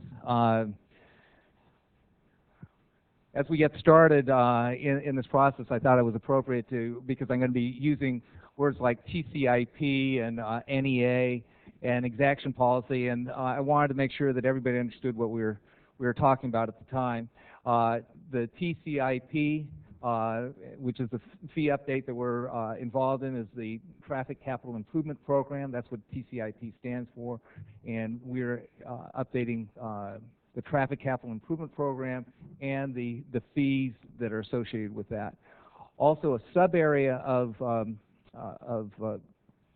the overall city is the specific plan area known as the Northeast Specific Plan Area, which is on the northeast side of 99, north of Central Galt area, and that's what NEA stands for. And then the exaction policy is really addressing the developer frontage responsibilities of a normal arterial or major public street. Often subdivisions are required to pay for their full street improvements within their subdivisions, but on the arterial facilities and on the expressways and the major collector facilities, developers will be responsible for paying a portion of those roads that are associated to the frontage of adjacent properties that are developing next to these major roads. And that's what the exaction policy, and I'll be explaining that in more detail further on in this presentation. The purpose of the 2009 update to the traffic capital improvement TCI fees, the Northeast area fees, and the capital facilities fees is to reflect the following since the 2006 update, and that is the current recently approved 2030 general plan that you recently approved, which included all the additional planned land development as well as all the additional roadway and other capital facilities that are necessary to support that, that land use plan. This 2009 update is also reflect all updated costs of those improvements that we identified, and then to reallocate those costs to all new development consistent with AB 1600. And maybe that's another thing that I should acronym to explain. That's the state legislation that guides the allocation of costs to new development. There's specific requirements where we can't charge existing deficiencies, for example, to new development, and there are very specific state guidelines that that we need to follow in updating your fees, creating and updating your fees. This is the recently approved 2030 general plan. As you can see, the whited out area was your past existing city limit boundary, so you can see the expansion area of the city that which includes your expanded SOI area that we needed to identify the supporting improvements to support the new development that's in your expanded boundary. Associated with that, and I'm going to spend a couple minutes talking about the differences because it'll address the comments that were raised by Jason and by Councilman Haynes, and addressing the concern of what this updated fee will be, and it'll likely be a reduction. And I need to, because it's a comparison. The fees are a result of a comparison of future costs for all the improvements divided by the amount of new development that's been approved. So if the amount of development is large, then the cost for the improvements will get spread differently than if the amount of development is small. And you will start seeing these comparisons as we go through this process. From a residential standpoint, you can see that in 2006, before you approved your current general plan, there was about a little less than 600 acres left of residential development land. Now there's 2,600, almost 2,000 acres more of development. And that equates to roughly you had 2,000 remaining units in your current existing city at the time of 2006, and now you have over 9,500. That's about a 7,500 increase. It's about a 2.5 fold increase, 2.5 to 3-fold increase in development. When we go to non-residential uses, we had roughly 300 acres left. Now we have over 1,200 acres, and we had that equates to, in square footage, from 2006, a little over 3.3 million square feet of non-residential use, and now over 13 million square feet, a 10 million square foot increase, about a threefold increase from what you had before. When you compare the developed lands in 2006 to 2009, there's about a 3,000 acre increase of land to be developed within the city under the new general plan update.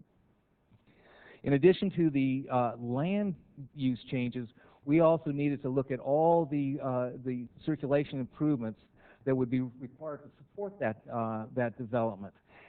We not only looked at what those roadways would be, but we had to understand, and this is a technical term, functional classification. That's whether the roadway is a 6-lane arterial expressway, a 4-lane arterial, or a collector facility. That's the functional classification, as well as the design of intersections and the interchanges. We needed to define the cross sections of each of those functional classifications. We needed to divvy out what should be paid for as a part of the fee program and what would be the developer frontage. That's the exaction policy, and we'll talk a little bit more about that. And then we also needed to get some input from you relative to whether to include minor collector streets in the fee program.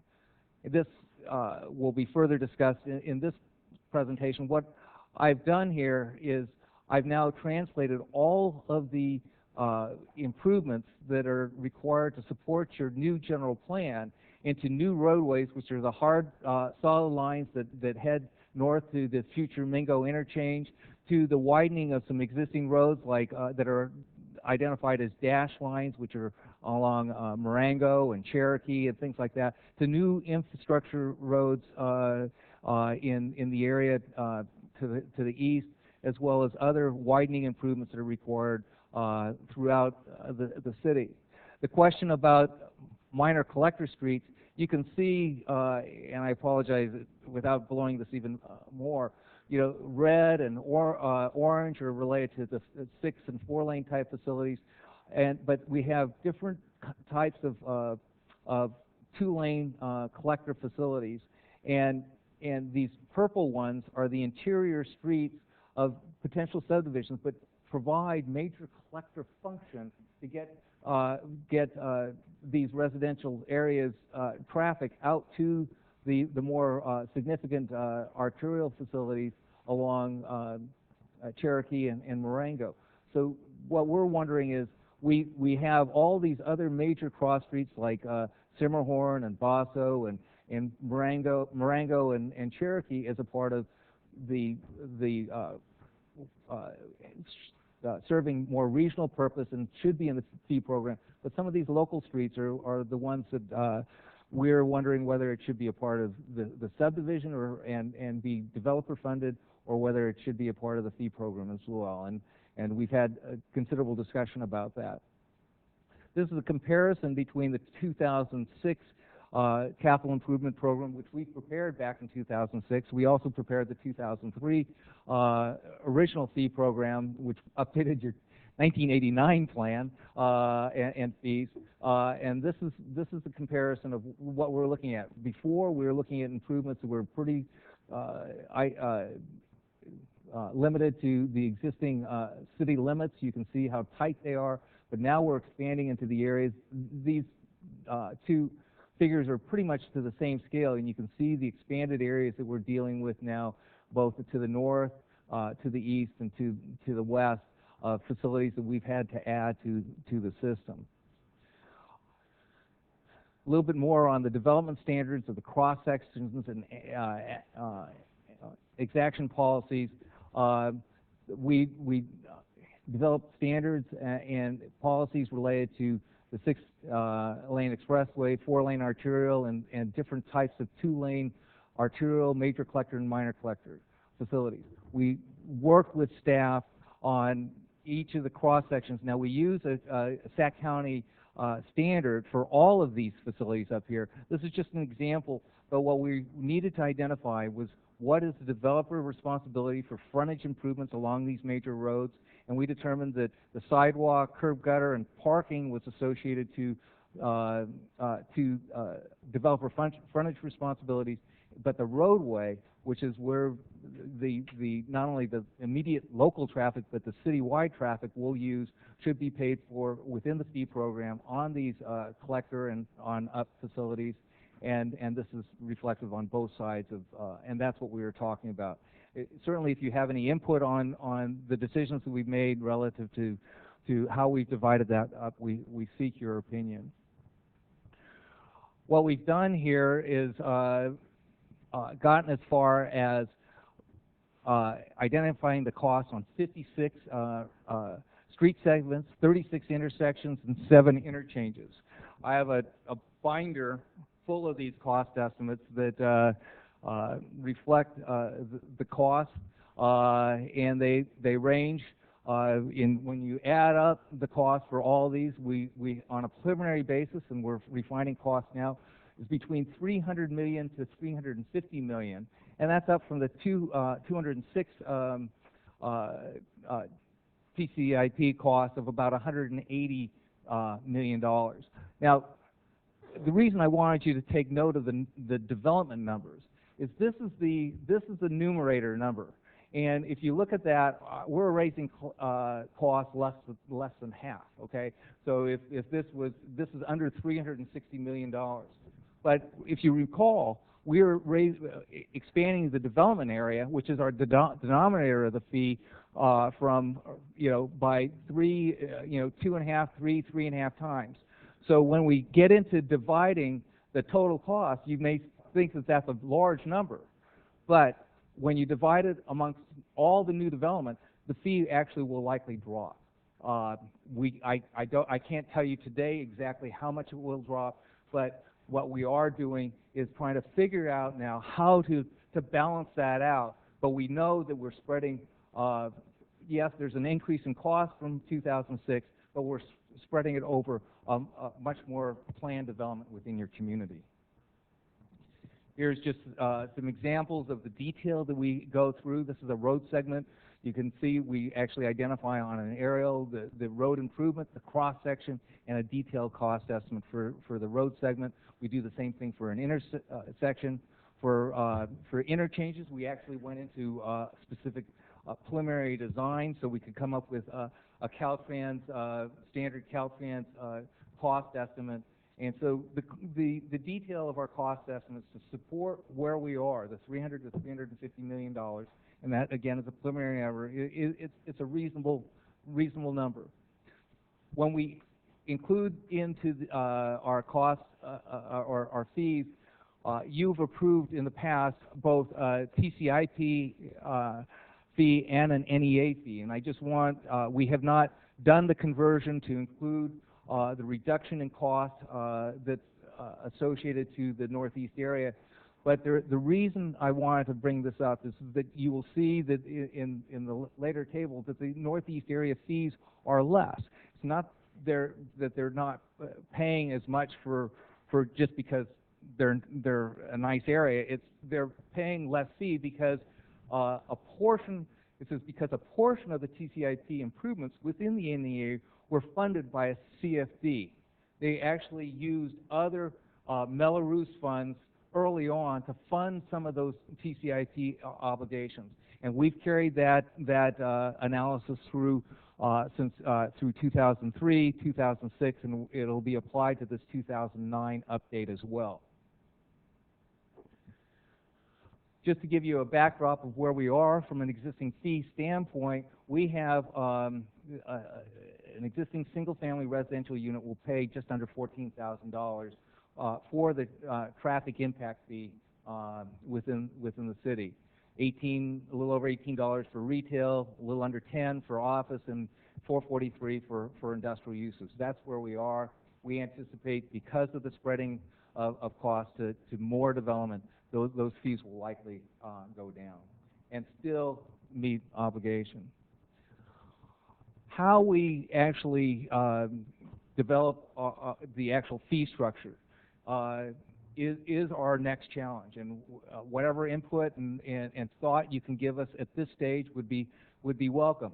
In the past, the TCIP and NEA fees were allocated based on proportional benefits within the entire city. So everybody paid, in fact, if you build a single-family dwelling unit now, you would pay $14,000. It didn't matter where you are in the city, except for the NEA, but what's in the NEA is proportional to that $14,000.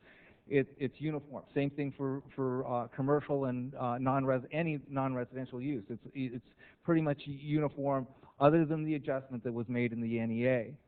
With the newly adopted general plan, maybe a uniform allocation of the TCIP and NEA capital improvement may not be the most fair allocation, because there's differing benefits that are occurring and differing impacts. And so we started looking at some alternative zone of benefit allocations, and we said, well, look what we have here. You know, we have the central Galt area. That's the original existing city limits. We have the northeast area that's well defined. Well, maybe what we need to do is start looking at divvying up the fee, because the obligations of the fee start to vary in terms of what their needs are. This commercial industrial area to the north of Twin Cities requires a whole new interchange that may not be as much benefit to other parts of the city. So there's going to be disproportionate benefit. But there's also disproportionate growth in these areas, and and it'll start creating some very significant swings. So in terms of variations, in terms of what fees are paid, again, all the fees are going to be all the fees will cover all the costs, but there could be differential fees in each of these areas. And so we talked about the expanded zones of benefit, which are these to unequal fees may result, and we need to look at that, but we want to be fair as possible. But we also don't want to create another problem for area developers. Differential fees may cause market value or absorption differences. I mean, if our fees are higher in the northeast area, in the East Notch area and we just made up these names, by the way, the East Notch area and the northeast area, well, all of a sudden maybe developing in the northeast area is cheaper to develop than in the Notch area. Or maybe that's something you want to do because that equates to the phasing or the strategy of priority of let's do more infill than make it equal.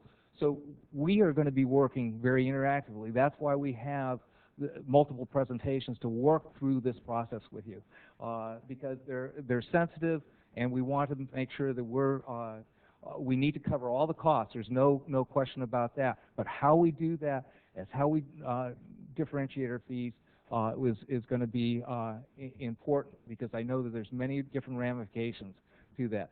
And there's much difference, as I said, in terms of growth potential of each of these areas. You can see in the East Notch area, we can add 6,500 units of the total 9,500 are located in the what we're calling the East Notch area. Whereas in the north area, we have upwards of almost 6.7 million square feet of the 13 million square feet on the non-residential side in north of Twin Cities. We need to balance all these numerators of the cost and the denominators of the allocations to these areas. And so our goal is to come back with you with some alternatives and directions and seek your input as we start refining this fee structure program. And we'll try to give you as many reasons why we, on the theories, and then maybe we come back again and refine whatever we come up with. But staff and ourselves are committed to work through this process. We think there's some policy issues that you need to be involved in. With that, I'd like to turn the next portion of our presentation to the capital facilities fees analysis. That's the non-roadway portions dealing with government and everything else. And Victor will share his portion of the presentation with you now. Good evening. In addition to the transportation fee, as Marty mentioned, we're also updating the general government fee, which includes government facilities as listed on the slide there, the City Hall, your existing police facility, the Municipal Services Center expansion, corporate yard improvements, and park corporate yard improvements. We're also updating the park and recreation fee, and we're incorporating a new facilities fee, the library fee, and then also updating the Northeast area Phase 2 fee.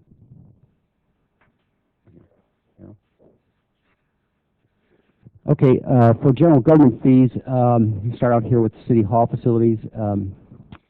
This includes renovation of the existing City Hall and also an expansion of the City Hall by approximately 15,300 square feet, and so you're basically going to double the size of your existing City Hall building. This is based on your 2004 space needs study.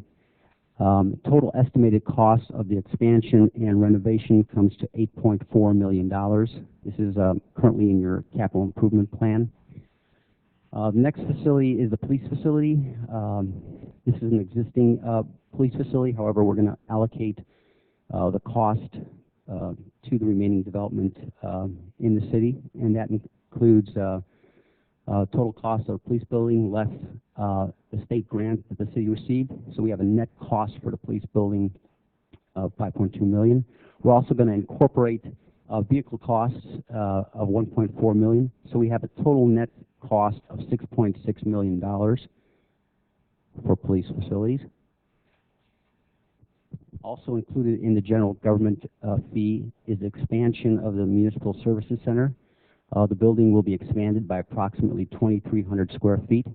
Cost of this is approximately $500,000. Additionally, we're incorporating corporation yard improvements. Total cost of these improvements comes to $2.1 million, and we're incorporating vehicle costs as well. So total corporate yard cost comes to $2.6 million. And we're also including for the first time a park corporation yard. The estimated cost of this comes to about $2 million, and if you throw in vehicle costs of $0.6 million, we come up with a total cost of $2.6 million for that facility. For the parks and recreation facilities, we relied on your draft master plan for parks and incorporated the costs of facilities and also the standards that are incorporated in that plan. So for parks, the standard is set at 5 park acres per 1,000 residents. So you will need an additional 130 acres of parkland to accommodate new growth in the city. Open space, the master plan standard is 5 acres per 1,000 residents also, so another 130 acres of open space. Trails, the standard is set at 1 mile per 4,000 residents, so 6.5 miles of trails are required for future development. The master plan also includes an aquatic center and a 30,000 square foot community center.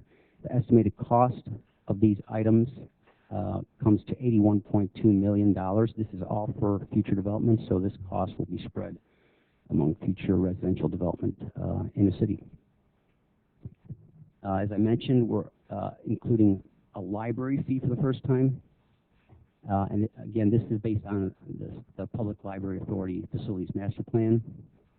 Their master plan recommends expanding your existing library by approximately 5,800 square feet to a total of 10,000 square feet for your existing library. This includes not only the cost of expansion, but also renovating the existing square footage. Also included in the master plan is a new library facility, a 15,000 square foot facility, and they're recommending the facility be located in the northeast area of the city. So total cost then comes to $20.4 million. This cost is going to be allocated between existing and future development in the city, since existing will benefit from the expansion of the library facility. Okay, and then lastly, we have the Northeast area facility fees. This includes transportation projects in the Northeast area, water projects, and also landscaping and drainage improvements for a total cost of $30.7 million. And these are draft numbers. They're going to be updated by Omni Means.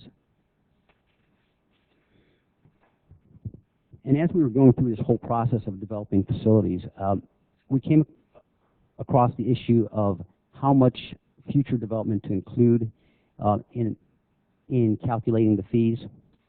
Now, while it's likely that residential acreage will fully develop by 2030, that's not the case with non-residential development. The city had a market study done by ADD in 2005, and that study found that by 2030, the city will most likely develop approximately 200 acres of non-residential. So that's commercial, office, and industrial development. And as Marty pointed out earlier, you have approximately 1,200 acres of non-residential development in your general plan. So approximately 1/6 of that acreage will develop. So the question for us was whether we should include all of the non-residential acreage or just a portion of it. And that has some significant impacts on the calculation of mostly the transportation fee, because first of all, as Marty had mentioned, if we use all the acreage, the transportation the fee will be lower. Also, your CIP will be comprehensive because you'll include all your transportation facilities in your circulation plan, and your fee as well will reflect that.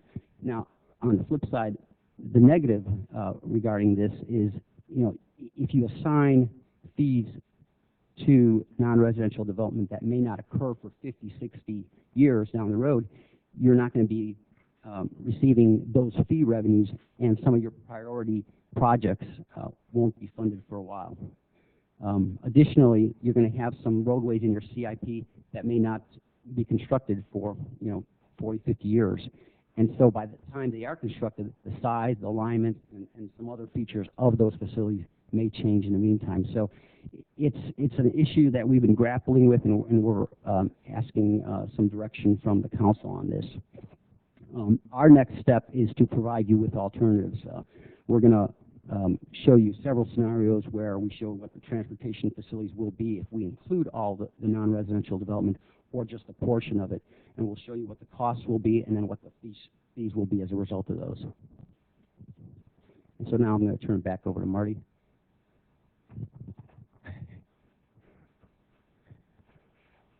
As you can see, we have some significant challenges in terms of we got some of the basic things of what the cost might be. We understand what your growth potential is based on full build out of your residential and non-residential uses.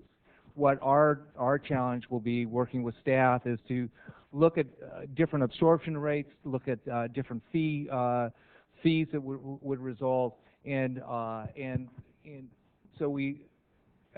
what improvements would be required if full development of, say, the non-residential north of Twin Cities doesn't occur, and even to think that, well, maybe there's some other alternative funding. For example, would the Northeast area develop only with a fee program, or would there be, similar to the Northeast area, a need for a CFD to provide the base infrastructure? I mean, it's not only traffic facilities that we're dealing with, we're also dealing with sewer and water storm drain. To develop that area, maybe there needs to be a different type of financing mechanism to get the base infrastructure improvements to support that area. We are going to be looking at all those things. We don't know what the answer is, but there's a lot of variables that are involved, and we'll try to come back to you next time with the best available information of what our assumptions are, what our thoughts are, why we came up with what we came up with, and seek your direction to inform you as to what the challenge is. So so we want to be in a position to educate you with the information that we have, so we all can make the collective best information and judgments through this whole process. So the remaining steps of our process is to finalize all the costs. In addition, some of the costs we need to get an update audit status of what you have in your current accounts. You have separate funds for both the NEA and for the capital facility fees, as well as the TCIP fees. We're going to get the audited accounts, and so those will be deducted from the numbers that we've talked about, because those are separate funds. We'll also be working with SACOG and as to what our best estimate of what type of funding we can get. We're losing some gas tax funds. We're losing a number of other funding sources. We need to be aware of what those other funds might be that can offset the actual total cost that we're talking about. So when we talked about $300 to $350 million in total cost, a portion of that, quite frankly, is developer frontage cost. A portion of it will be paid by other funding sources, as Councilman Clare and others have found other sources of funds to help, so we don't have to pay the total nut on all this. And we'll be working through all that and all those assumptions and saying, is this the most reasonable that we can, and that's what our requirement is as a part of Government Code 66,000, or what I refer to as AB 1600, that we need to put our best effort forward with the best available information, and we'll try to convey that to you largely the next time we meet in about a month and a half, and then as we finalize our process, we're trying to get through it by October, and we'll be back to you with with further information based on the direction that you have given us as we attempt to finalize this process.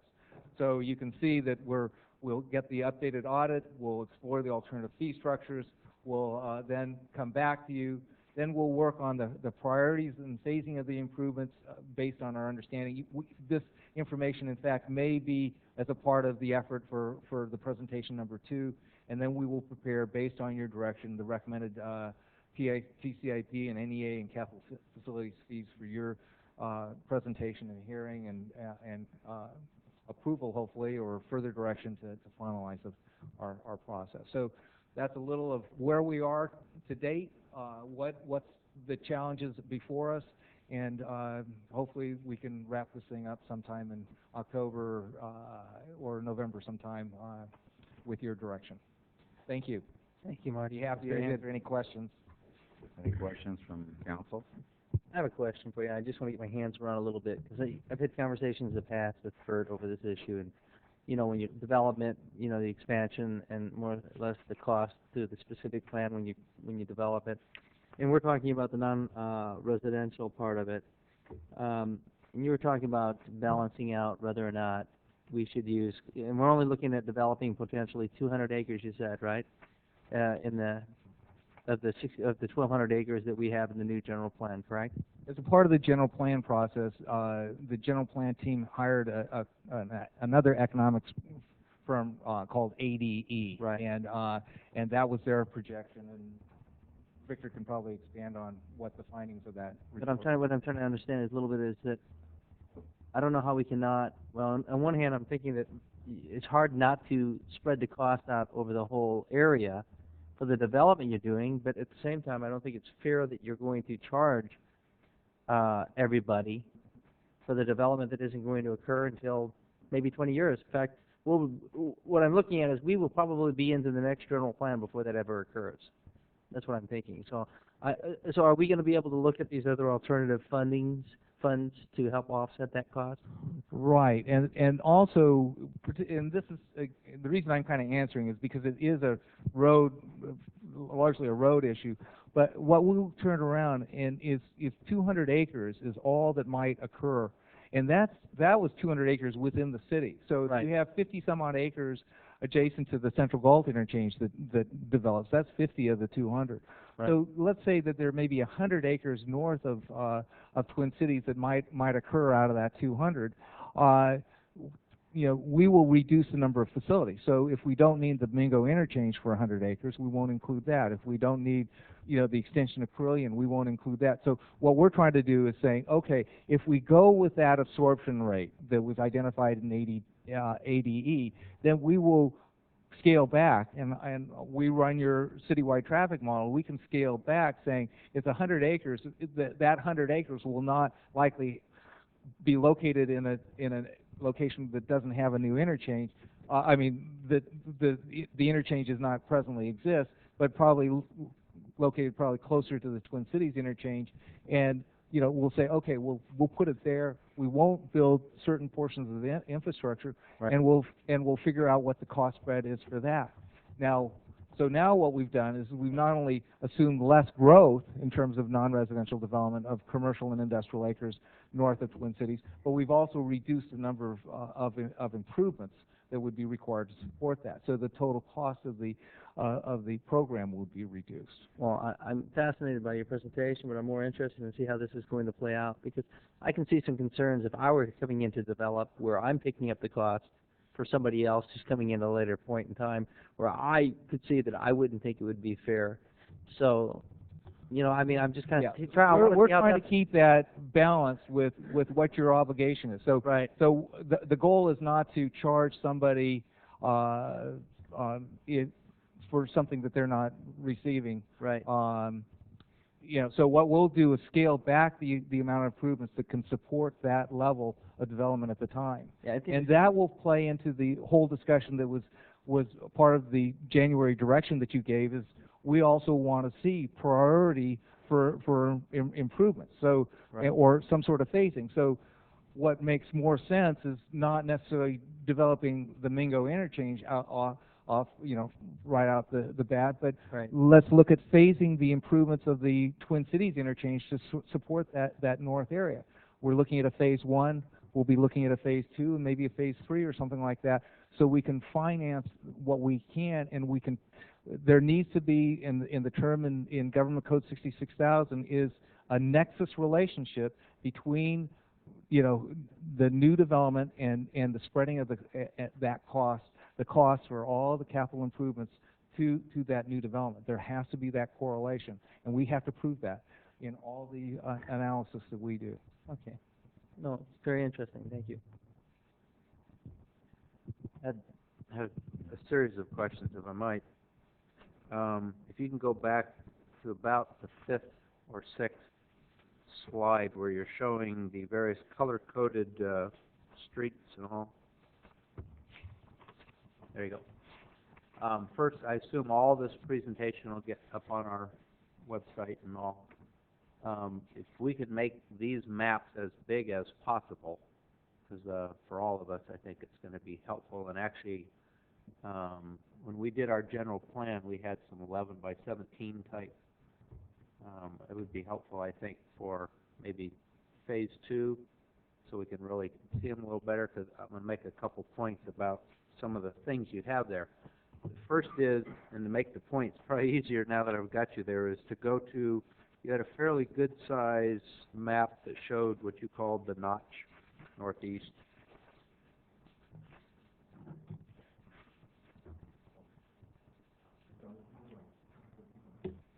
There you go. Whoop.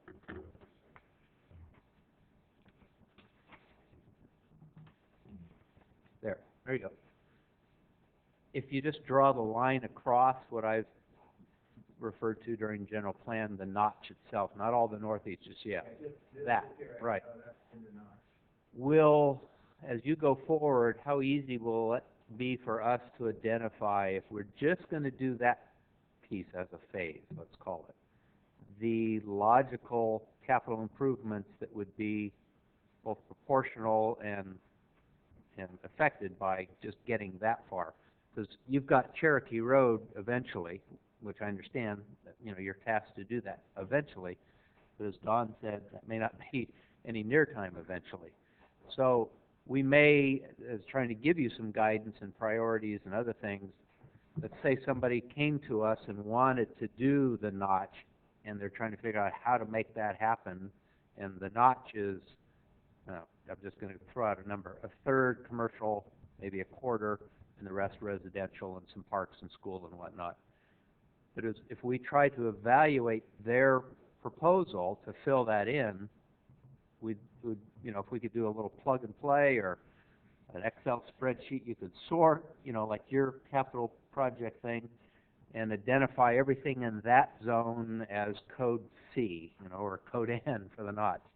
But I think as we go forward, if we're going to get this kind of information, at least in electronic format, that would be helpful. Because later on, if we were having this conversation or some future council, and then we said, well, can you tell us that? And then you said, well, that'll be another $30,000 to, you know, go back in and pull that information out. If it's possible now to flag it and code it and sort it, now it's time to do it. That is one of the reasons why we wanted to bring it to council tonight, is to find out what the thoughts were on some type of progressive share. Yeah. Prior studies said everything in the program had the same benefit. There was no differential benefit for somebody living in the extreme southwest corner versus the northeast corner relative to the fee. And so we're looking, is there a different benefit of somebody who happens to live right in, say, the notch? What proportionate share should they pay relative to the improvements up at Twin Cities or Mingo Road? Maybe at some point you say, okay, they're too far away, there is no nexus.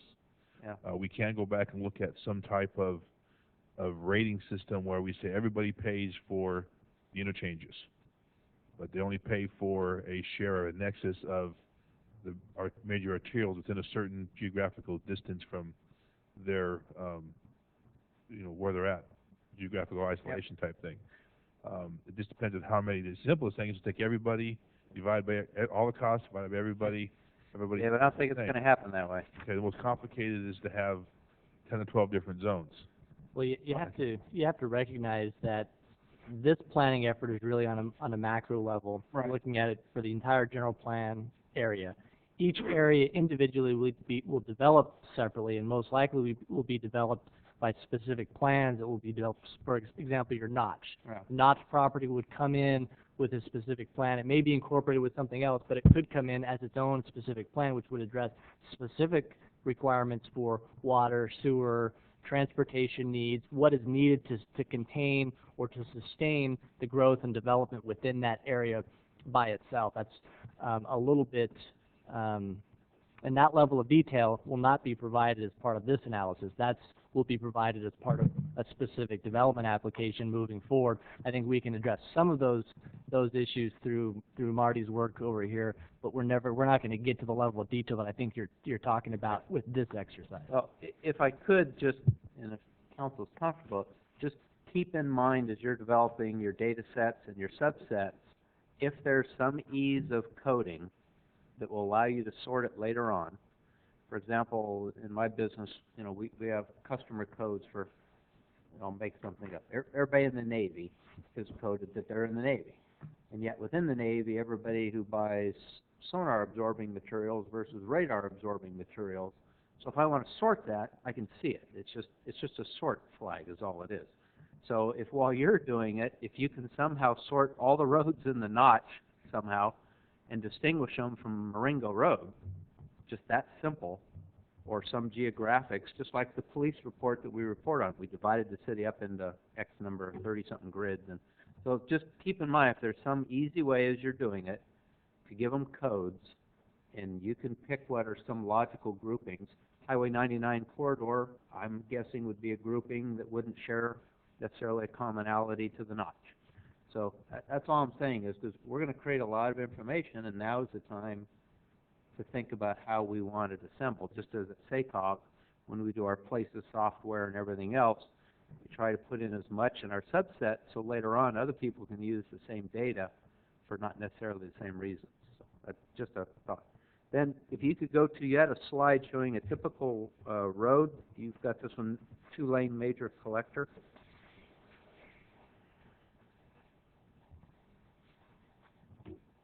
There you go. This is just a personal, I have some personal issues with sort of a design like this. I'm not picking on your design. I'll just tell you why I have concerns. It's my observation, having been on the council for a while, that every time I get a phone call about speeding, it tends to have a relationship to how open the road feels. And our most recent was the new high school, and we're still getting some issues of people. Once you start adding bike lanes and all this other stuff, because there's, quite frankly, not very often there's someone in the bike lane, people just think, man, this is a big road. It's 74 feet wide. I can go 55 miles an hour even though it's lined with houses. For Moy, we see it. It's just been my experience.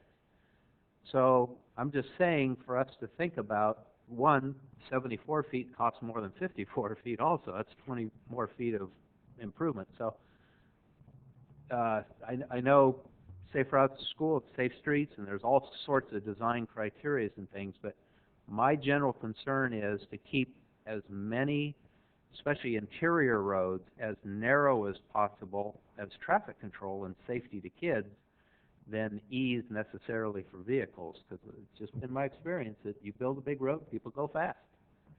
And the Northeast has more of it because it's got more streets that have been built more to this. And the 12-foot wide Meridian, again, I know it depends where it is and everything else, but if you use Carilion, Carillion's got a lot of maintenance costs. We've had watering issues. We've had times when we couldn't afford to water them and the trees died. And so when you put in 12 feet of landscaping, you inherit 12 feet of cost to landscape it. So as we're looking at some of these costs, again, I'm just throwing out for consideration that I personally don't necessarily buy just a cookie cutter, every street should look like this, and it now may not be the time, more when we get in specific plans and other things, but I would just caution both staff and council that I'm not personally convinced this is working in cities that I've seen, and ours particularly. It just seems to cause speeding problems. I just see it repeatedly. So that's just a comment. Um,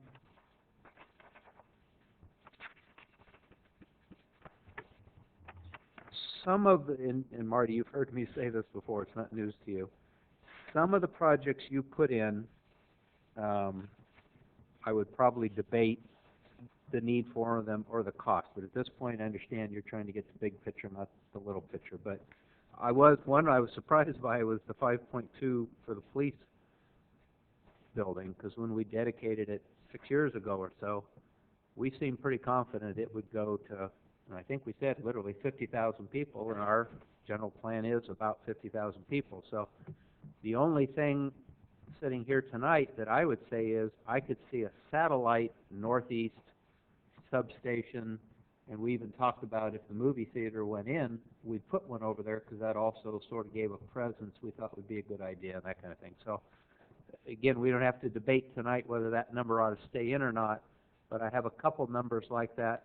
The community center, again, we should be looking at joint use with the high school. The library expansion on the northeast side, I would make the same comment. We should be looking at joint use with the high school, not just footing the bill. Not so much even footing the bill. It just doesn't make sense for us to build a library and have a library at the high school, that kind of stuff. So just know those are some of my thoughts and concerns. Again, tonight's not the night to try and define those, but some of the costs I'm a little concerned about. And as you know, in some of the capital projects on the roads, whether it's the Marengo interchange or a flyover bridge at Simmerhorn, or I mean just some of those, I've still got some issues with. They're just my comments tonight. We won't argue about dollar amounts and all, but we've got the balancing act of capturing what needs to be captured, so the costs are accumulated over time, and when needed, then the money's there to build it. But we can't put so much in and so many costs in that it becomes impractical. So, just again, a cautionary comment. So, the last one I was going to mention is that you've got these. Well, actually, this will come. If you could number your slides next time, it'd be easier for me to tell you which one to go to. You have one. You have a slide titled "See Program Policy Issues." It's 3/4 of the way through at least. There were two of them actually. Okay. I think. It's the Market and Fiscal Impact Analysis Study by ADE in December 2005. Is the center bullet? There you go. Okay. You'd already touched on, the issue of the policy we've got to look at, which is that 1,200 acres and all. And I remain one of the optimistic people that I hope we can develop our 99 corridor. Your point here is we've set aside more land than we're likely to use, and I get that. That we've perhaps overestimated and been more optimistic. But as we come into a final thing, and one thing we've talked about is specific plans, and specifically for the 99 corridor and all, we are certainly going to have to get realistic about what we really think we can develop in that time, because we could be upside down either to the good or to the bad considerably. So having been one of the people who's overly optimistic, I think we need to have a conversation so I can rethink if I really still believe we're as optimistic as we should be, because picking the right number is going to be really important at that phase of this. We're not trying to make any judgment. We're just dealing with the information of what's in the general plan in terms of non-residential uses, and what the fiscal study said in terms of the absorption. Sure. And we just need further direction because there's significant cost ramifications. What improvements we include and what costs we include. And like I'm just trying to acknowledge that I'm glad you pointed this out. I've been one of the people, as I say, perhaps overly optimistic about our success at getting business and things up on that 99 corridor.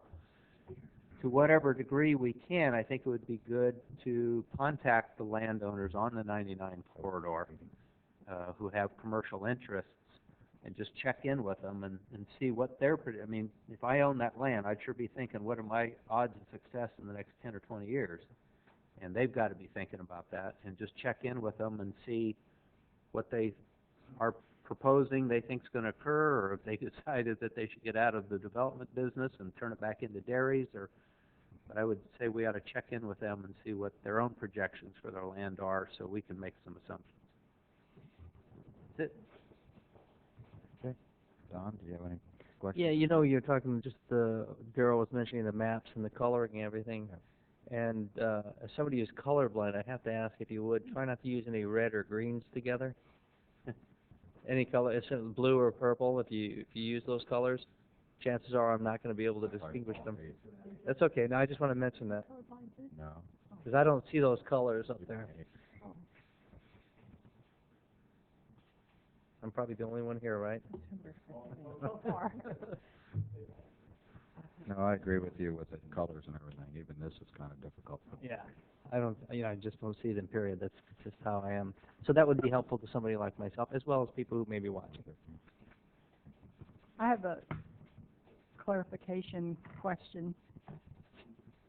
These fees will be collected as permit fees, is that? Well, discussing the, again, right above, well, before I changed it, that it's titled TCIP Northeast Area and Capital Facility Fee Update Northeast Area Facilities. And you have two slides on that page, and what I'm looking at is landscaping and drainage improvements.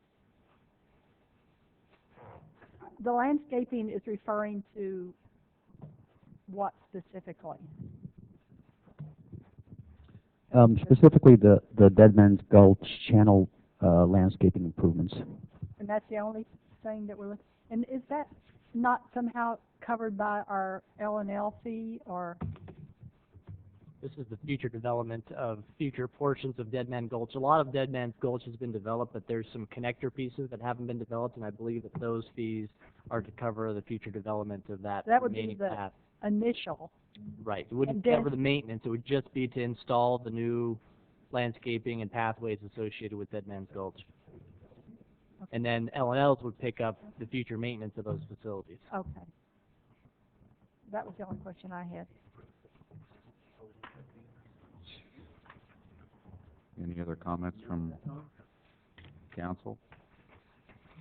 No, I think it's a great update thus far. Yeah, There's thank you. a gentleman waving in the audience. We have somebody from the audience would like to speak.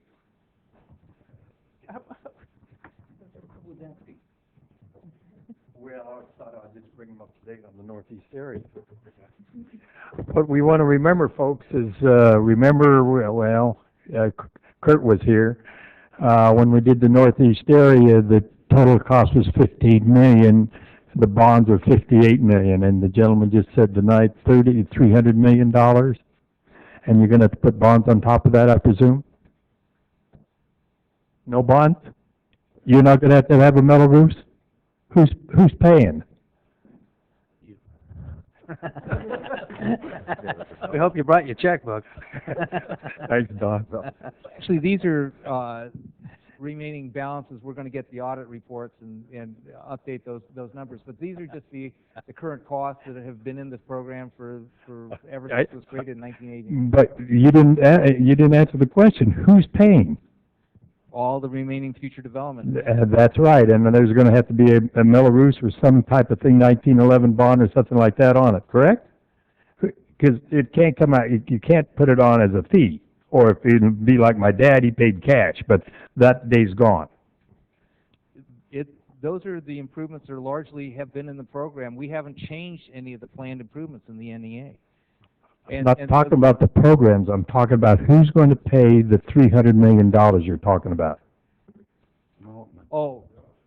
I understand that, but the development's going to have a metal roof or something to pay it. No developer that I know is going to put out any kind of money like you're talking about. When we're spreading the cost over as much development as we have planned, we're going to be the cost actually from the current fee program will actually reduce some. But but in terms of the issue of Mellarus and opportunity for if newer developed areas for example, areas to the east of NEA or to the north of Twin Cities, wants to bond some of the improvements, there is an opportunity to do that, and I imagine it will occur as a part of a specific plan process or some other opportunity to cover some of those costs. I understand all that. Let me give you another example, where we are going to put Walmart, well, Walmart bought some land for us for 10 acres. We've owned it for 17 years. We paid $50,000 a year on the Melrose. Now, are you telling me that that the developer that's going to be on the commercial part of, let's say, up on Highway 99 is not going to have to be paying anything for all these years? That's what you're telling me? No, thank you. We don't know how they're going to finance all the improvements. That's right. Okay, so you don't know how it's going to be financed? No, not at this stage. I understand that, but there's going to be financing.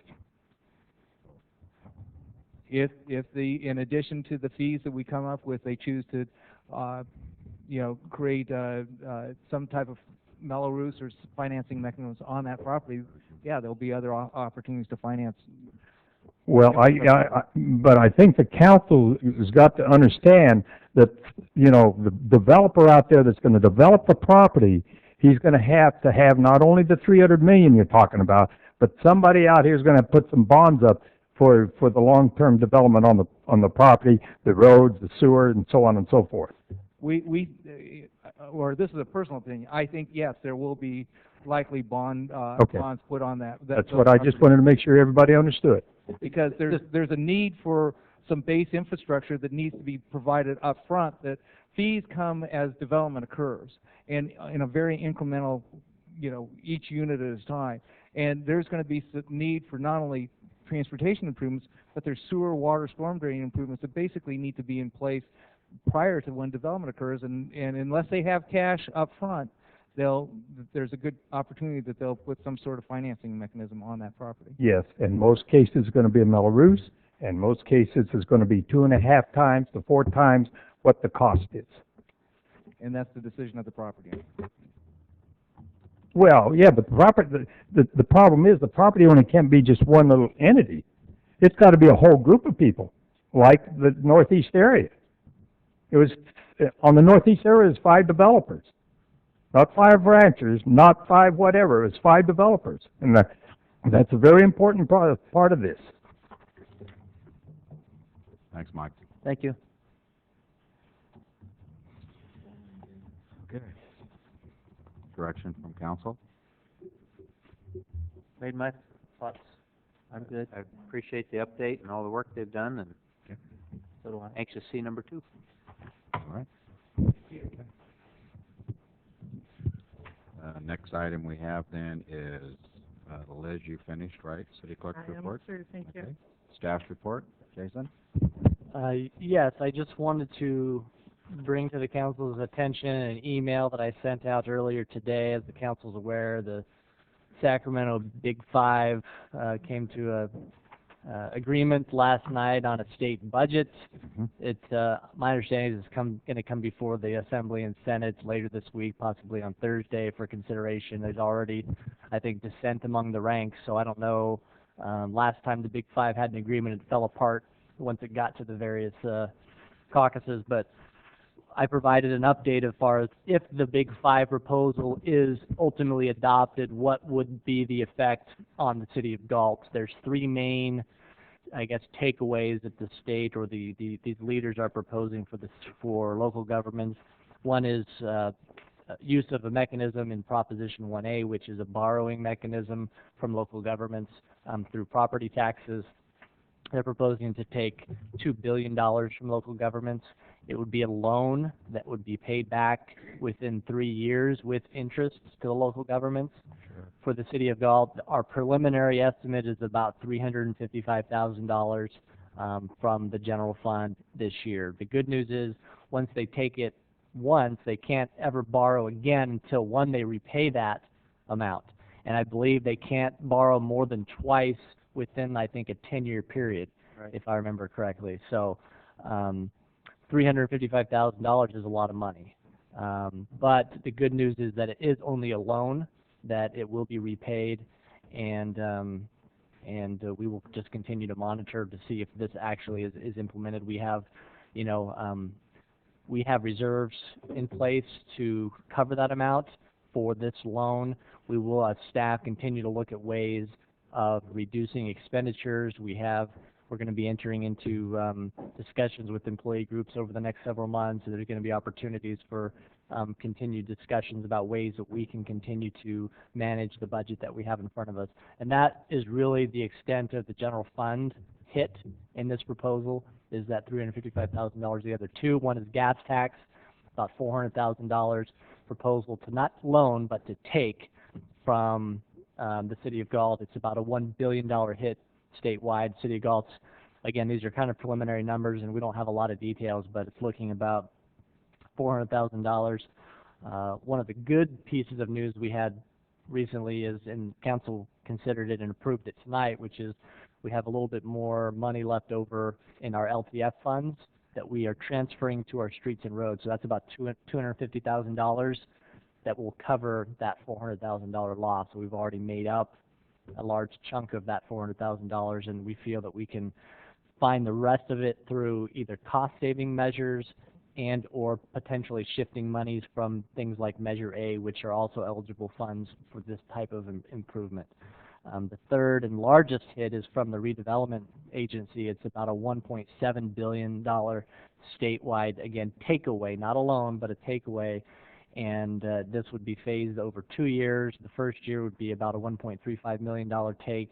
The next year would be about $350,000 take, for a total of approximately $930-something thousand, a large amount.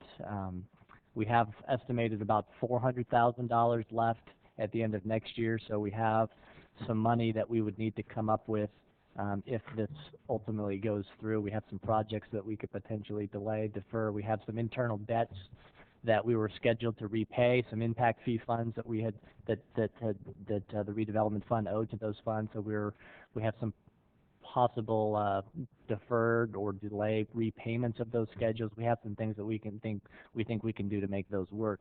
For both the gas tax as well as the redevelopment fund takes, the League of California Cities and the CRA, the California Redevelopment Association, are gearing up for litigation along both those. The gas tax, the league feels strongly is unconstitutional, that the state cannot take that money, so they're going to be filing a lawsuit against the state on that. And the redevelopment agencies, the CRA filed suit against the state last year when the state tried to do the same thing, and the CRA won.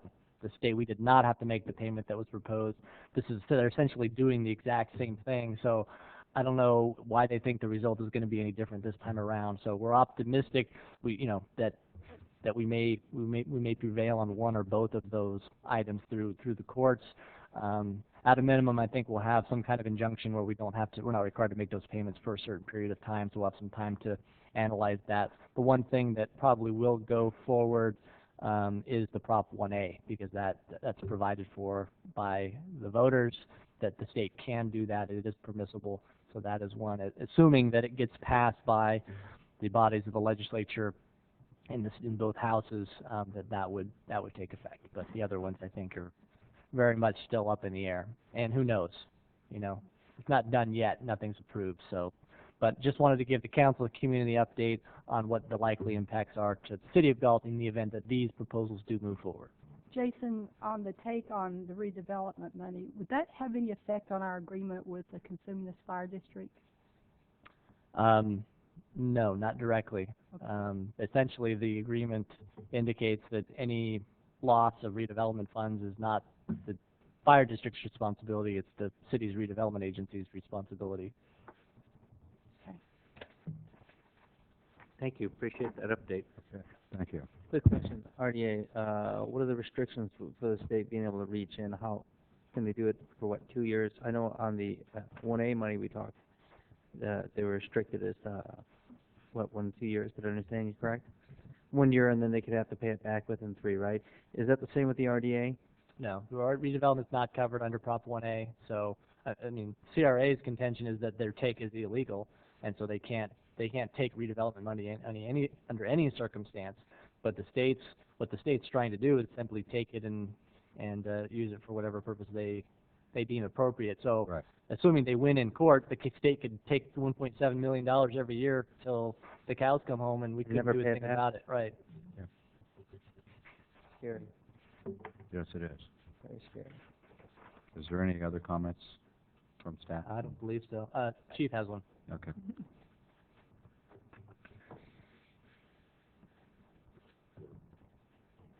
Good evening. There was a request to give you an update on the National Night Out locations.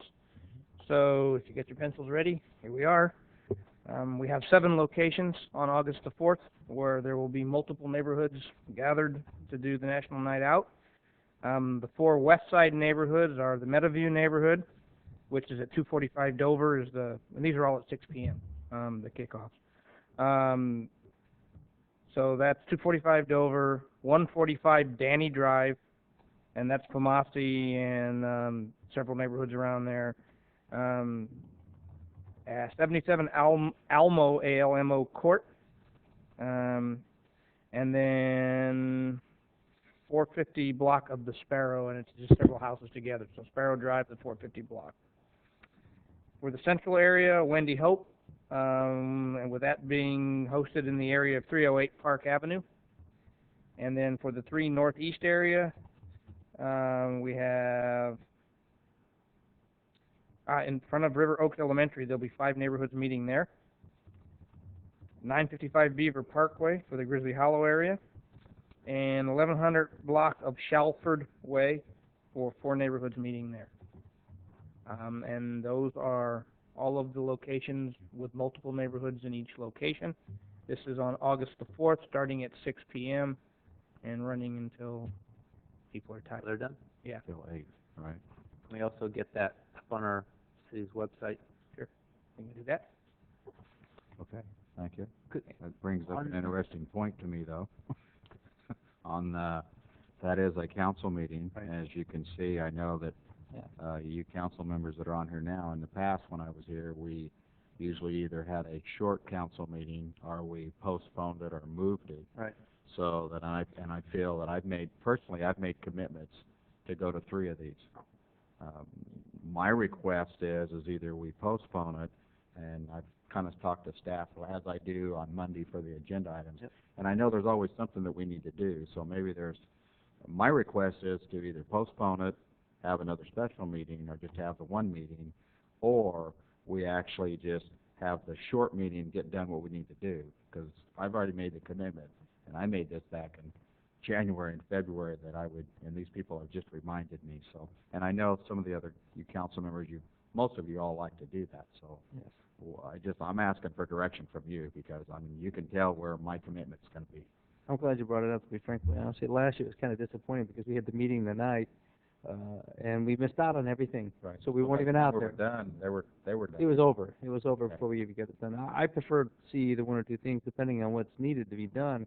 If we need to have a short meeting, let's postpone this one and or put it off until the next meeting. What, I was gonna ask, A, staff, what's it look like you need about that time? And B, I think more than not, we moved it 1 night for the council meeting, right? We went to Wednesday night, or? Is that what we did? We've moved it before, we've canceled it once or twice. What's your? We have a number of items that are relatively important Yeah. to do on a timely basis that we couldn't hold over until the second meeting in August. Now, most of those items we could handle on consent calendar and or there's a couple for closed session. So if the council prefers to keep it on that night, we could do it quickly. Otherwise, we could do it on the Monday or Wednesday of that same week, and that would either one would accomplish what staff needs to get done. I'd like to see us change it myself. Okay, yeah. Have a Pick different another night? night, yeah. Have a different night. Have a different I prefer that. Right. Why don't we poll, see if we could do it on a Monday night or a Wednesday Monday night? night. Monday's Look good at for the me. calendar real quick. Monday? Make sure that, We need to bump I someone. think it's good for me. might. Wow. Actually, the 3rd is free, which is a Monday. Right. Okay. And the Wednesday, the council chambers, is free as well. Well, Monday works for me. See, You know what? I think, No, that's good for me. That is good for me. Monday? Monday would be good That's for me. 2. It's fine. How about, I think it's okay, I'll double check, but sitting here. Is that a Hang on. problem to get the packets out and everything? You would still have your packets probably Friday morning, okay? And Okay. possibly Thursday afternoon, we can work to make that happen. And it sounds like it's not a heavy, agenda items anyway. It just needs to be. I mean, I know there's at least one or two closed session items, and then I know at least 2 or 3 regular agenda items that are time sensitive. Now, we would not have the Five. Five? 5. Yeah, none of them should take a Okay. lot of Most time of to it is discuss. consent, They're just and then- time and you sensitive. said we'll probably have a closed session or something. Yeah. Okay. Okay, so you check with, Andrew, Yeah, I will call With- him tomorrow. yeah, with Meredith. And then send out a confirmation, hopefully sometime tomorrow. Okay, good. Then, Okay.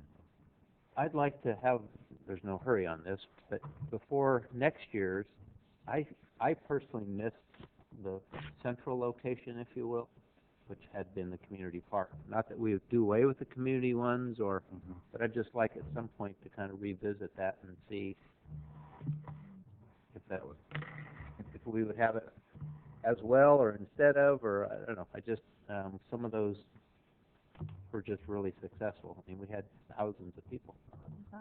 So I'm not proposing to do away with the community ones, and a lot of people have gone to a lot of work for the community ones, so I don't want that misunderstood, but the central one also was quite successful, and there's some things you can do there that just aren't practical to do in 7 locations, so. Right. Yeah, I agree. I think maybe that's something that we could, also talk about, since we have a safety committee meeting coming up. Okay. Because we used to get the Harbor Patrol and the sheriff's helicopter and UC Davis's helicopter and. Big deal. Yeah. Okay. Let's see, we'll go to, pardon me? Oh, we're not done yet. Okay. Comments, further comments by council, I guess. Vice Mayor Payne? Just briefly, I've been on vacation, haven't kept office hours, but I should be back to my regular schedule on Monday. That's my only comments. Okay. Councilmember Clare? Well, my earlier frustrations with the regional board, I say the same thing about what's going on with the budget. Boy, if you ever have not sent something to your local representative, then now is the time. You need to do it. So I just phone call, email, show up in person, fax, skywriting, anything you could think of. Because the budget at this state and the things that are being considered and the effects of them are, I haven't seen it anyway in my lifetime. So now is the time to be heard and be heard loudly. There's a lot of people. You've seen the commercials, the print ads, the you name it. Spending a lot of money to have a certain outcome with that state budget right now, and most of the people spending that money aren't going to benefit you as individuals in many cases. So just please let your voice be heard, and we'll see where it goes from there. But our state is in serious, serious problems right now. Yes. On a happier note, to Mr. Baldwin's trying to be positive, which I agree with, tomorrow at the Amtrak station, I think I mentioned this before, I'll be participating along with Will Kempton and a number of state officials and local officials. We've repowered and improved some locomotives up there, and going to have a little event to celebrate that, and I'll be there because I'm vice chair of the Air District, who is very instrumental in doing that, so we can clean up the air and have improved transportation. So be up there tomorrow for that. And again, thank you to our staff for supporting the appropriation request so that our elected officials at the federal level can be effective for us to get some funds back here for our improvements to both our waste treatment plant now and our Central Galt interchange. So, and then I don't know how to, something I think ought to be said since the article's been in the newspaper about our city attorney. And he certainly can say what he wants when he's back here, but maybe the mayor and your comments wanted, or I'm sorry, city manager. I'm looking at the city attorney. Well, they gotta say something about our city attorney too. Out of my He's done a great job. Out of the peripheral, I saw him go like this with his chair. Something you like to say? Got their attention. Yep. Anyway, that's all I have to say. And I will make a comment, but you guys feel free, okay? Councilmember Haynes? Yeah, let me make it brief. I was just wanted to go over the crime stats here in the city. Middle of July, you've heard me talk about concerns about the crime possibly going up. But actually, I think we've seen a little bit of a dip, which is refreshing and kind of makes me a little bit more comfortable, and I hope that continues. But I still encourage everybody to get out there on the internet and get on our website. Take a look at your areas where you live. Be very careful. Make sure your garage doors are closed, and make sure that your house is locked up securely, because I don't want anybody out there to be a victim unnecessarily. So that's all I have. Okay. We've got about 3 or 4 items. Normally I don't have hardly any.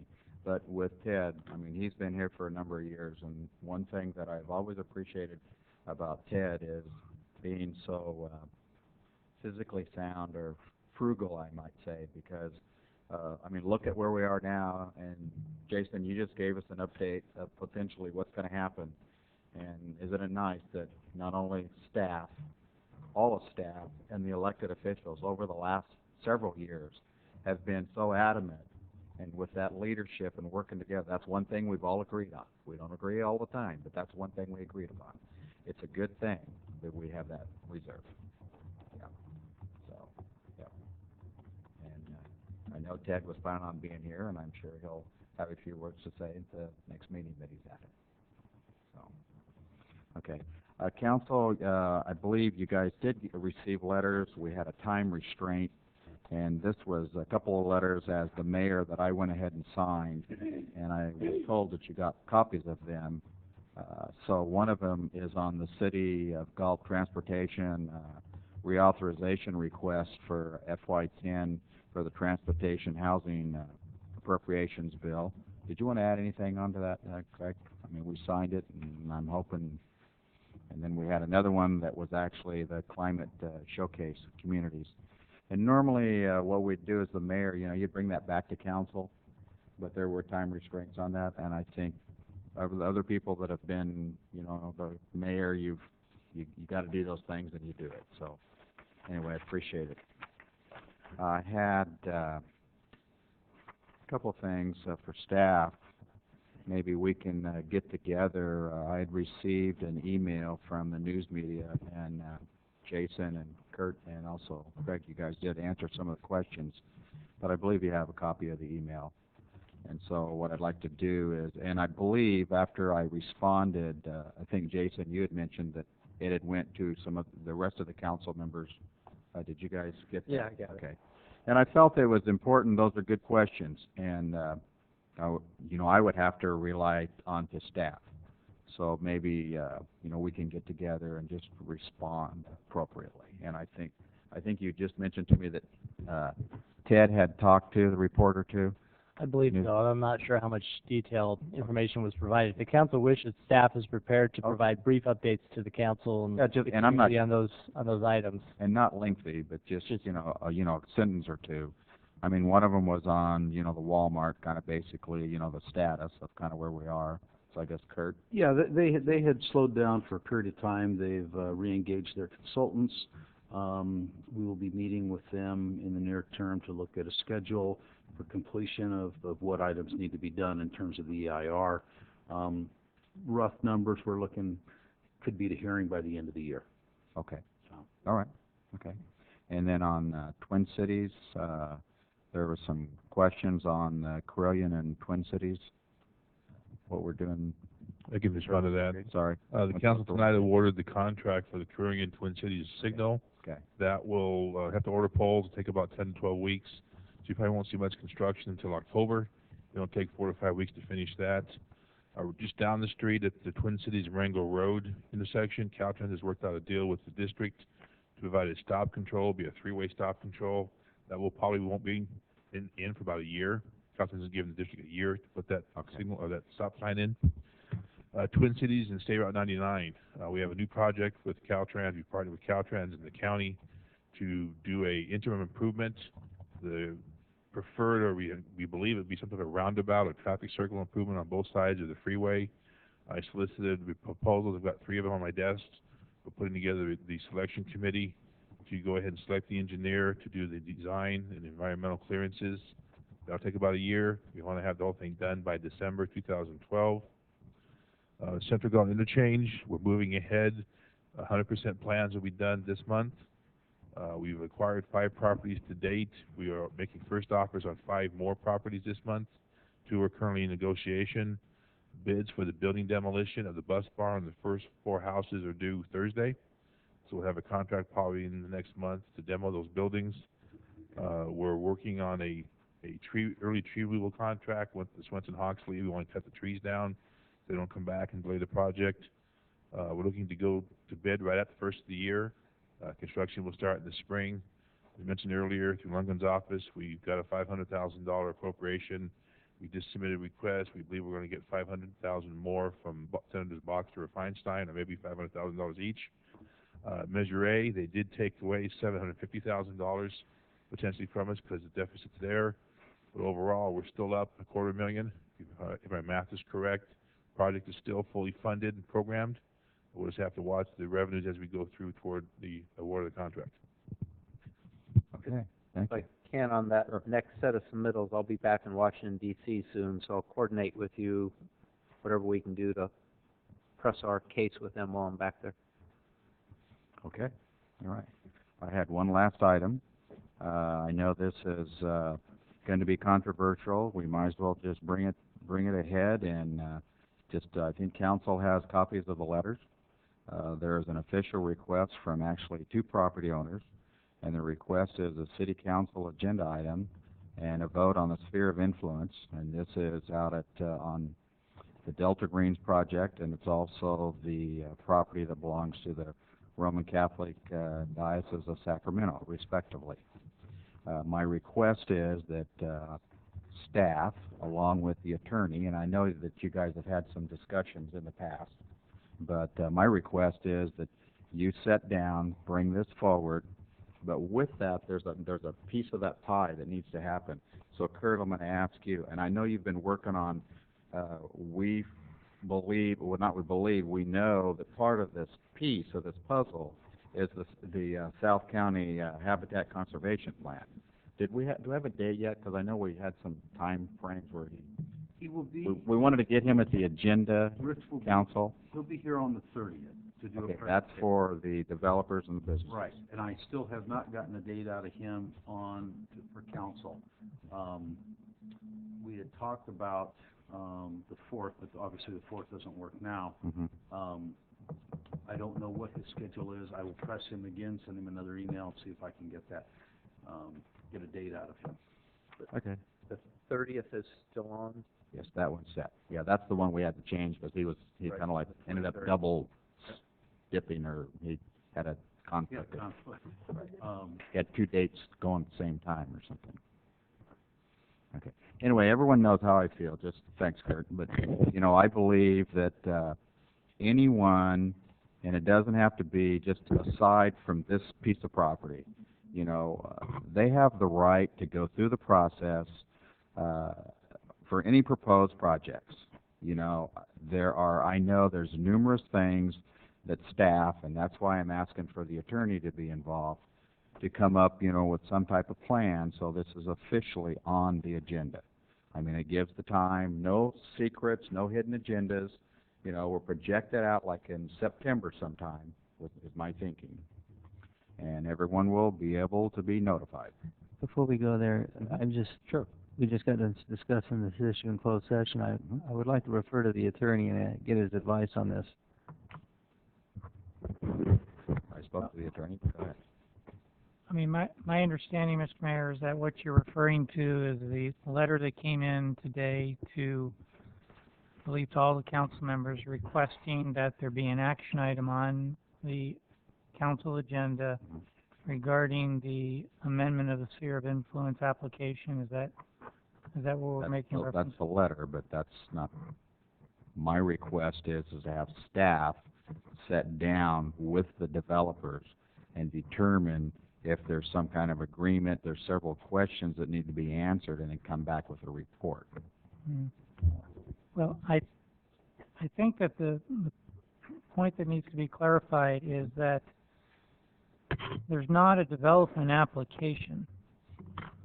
So there's really nothing to sit down with to talk to the developer about. If there's a request for an amendment of the SOI application to deal with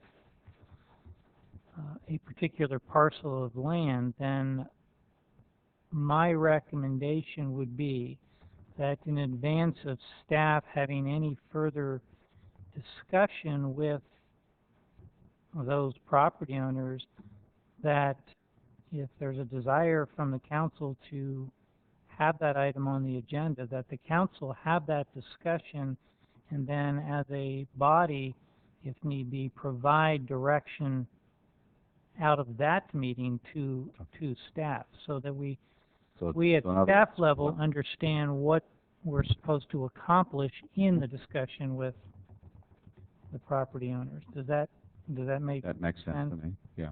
So what I said was I flipped it this way, Okay. and I agree with you. Mhm. So I think that the first item is, the rule currently is any council member can put an item on the agenda, but another alternative would be you have a letter requesting an item to be agendized. One item is to consider whether or not council wants to decide tonight whether they want to move ahead and have that item appear on a future city council agenda for further consideration. Okay, then my request is that then whatever the procedure is, to bring it back so council can discuss it and determine whether we need to do it or we just bring it back. So what's your direction or what's your recommendation? Well, I think there's two options. Any council member can either say, I'd like to have the item placed on the agenda, or since we're in session right now, you can have a discussion among the council as to whether or not there is consensus to have that item placed on a future agenda. If there's not a desire by the majority of the council to have that item considered at a future agenda, then we can there's not an obligation to have it on an agenda just because you get a letter in from a property owner. Oh, no, I understand that. So I think, I'm sorry, go ahead. So I think those are the two options tonight, to either just direct that it be placed on the agenda, or to have a discussion among the council members as whether or not there's a consensus that you, as a body, would like to have it come back. I think in light of our earlier conversation in closed session, I think we should put that off at this time and hold off, and then perhaps consider that if it's something you want to do at another time. I wouldn't agree with it either way, but I know. I don't think there's anything to be gained there in light of what we've already discussed. Mm-hmm. So that's what I would recommend. Council? I think one of the things that we need to keep in mind, our goal with this situation was to try to understand fully what HCP is about and what it's not about, what it's got provisions for that would affect the city. And I would like to be able to get some answers at this meeting that's set up for the 30th before I make any decision. So I guess that's my position is I want to have an opportunity to try to talk to Mr. Rodbacher, or however you say his name, and get some answers. I was very distressed to find out that we are looking at participating in this HCP, and they have no provisions as yet, my understanding, for any kind of annexation. So my big concern is, what is it that we know, and what is it that we don't know that could affect our community in the future? And those are the kind of things I'm planning to attend this meeting, and I'd like to get some answers on those. I agree.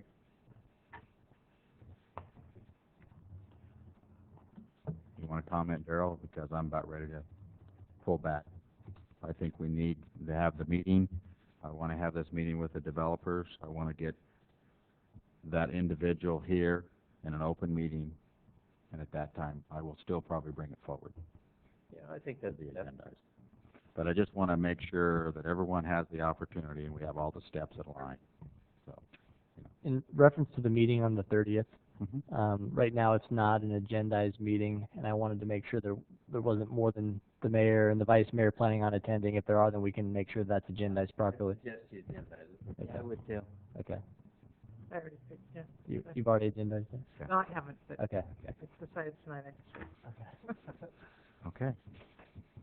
The last item I have is, I know back in February, actually, I stated that I would sit down with the department heads. And again, here it is in the end of June and first part of August. And I will sit down with the department heads, you know, for just a 30-minute conversation, just how things going, how am I doing, how do you feel about me being the mayor, and but be nice, okay? I believe that last. Yeah, let's just retract that last time. No, but I still open the opportunity for you elected officials, you know, if there's any time you want to talk to me, you know, feel free. I mean, you guys know that I drink coffee, so. Anyway, I just want to add that, and hopefully everyone have a good rest of the week. Thank you for everyone participating, and staff, appreciate your input. We will adjourn at 9:55. Oh, I can hurry and get my ice cream. Here. You can have some questions. I just wanted to write in my minutes the title. No, that's awful.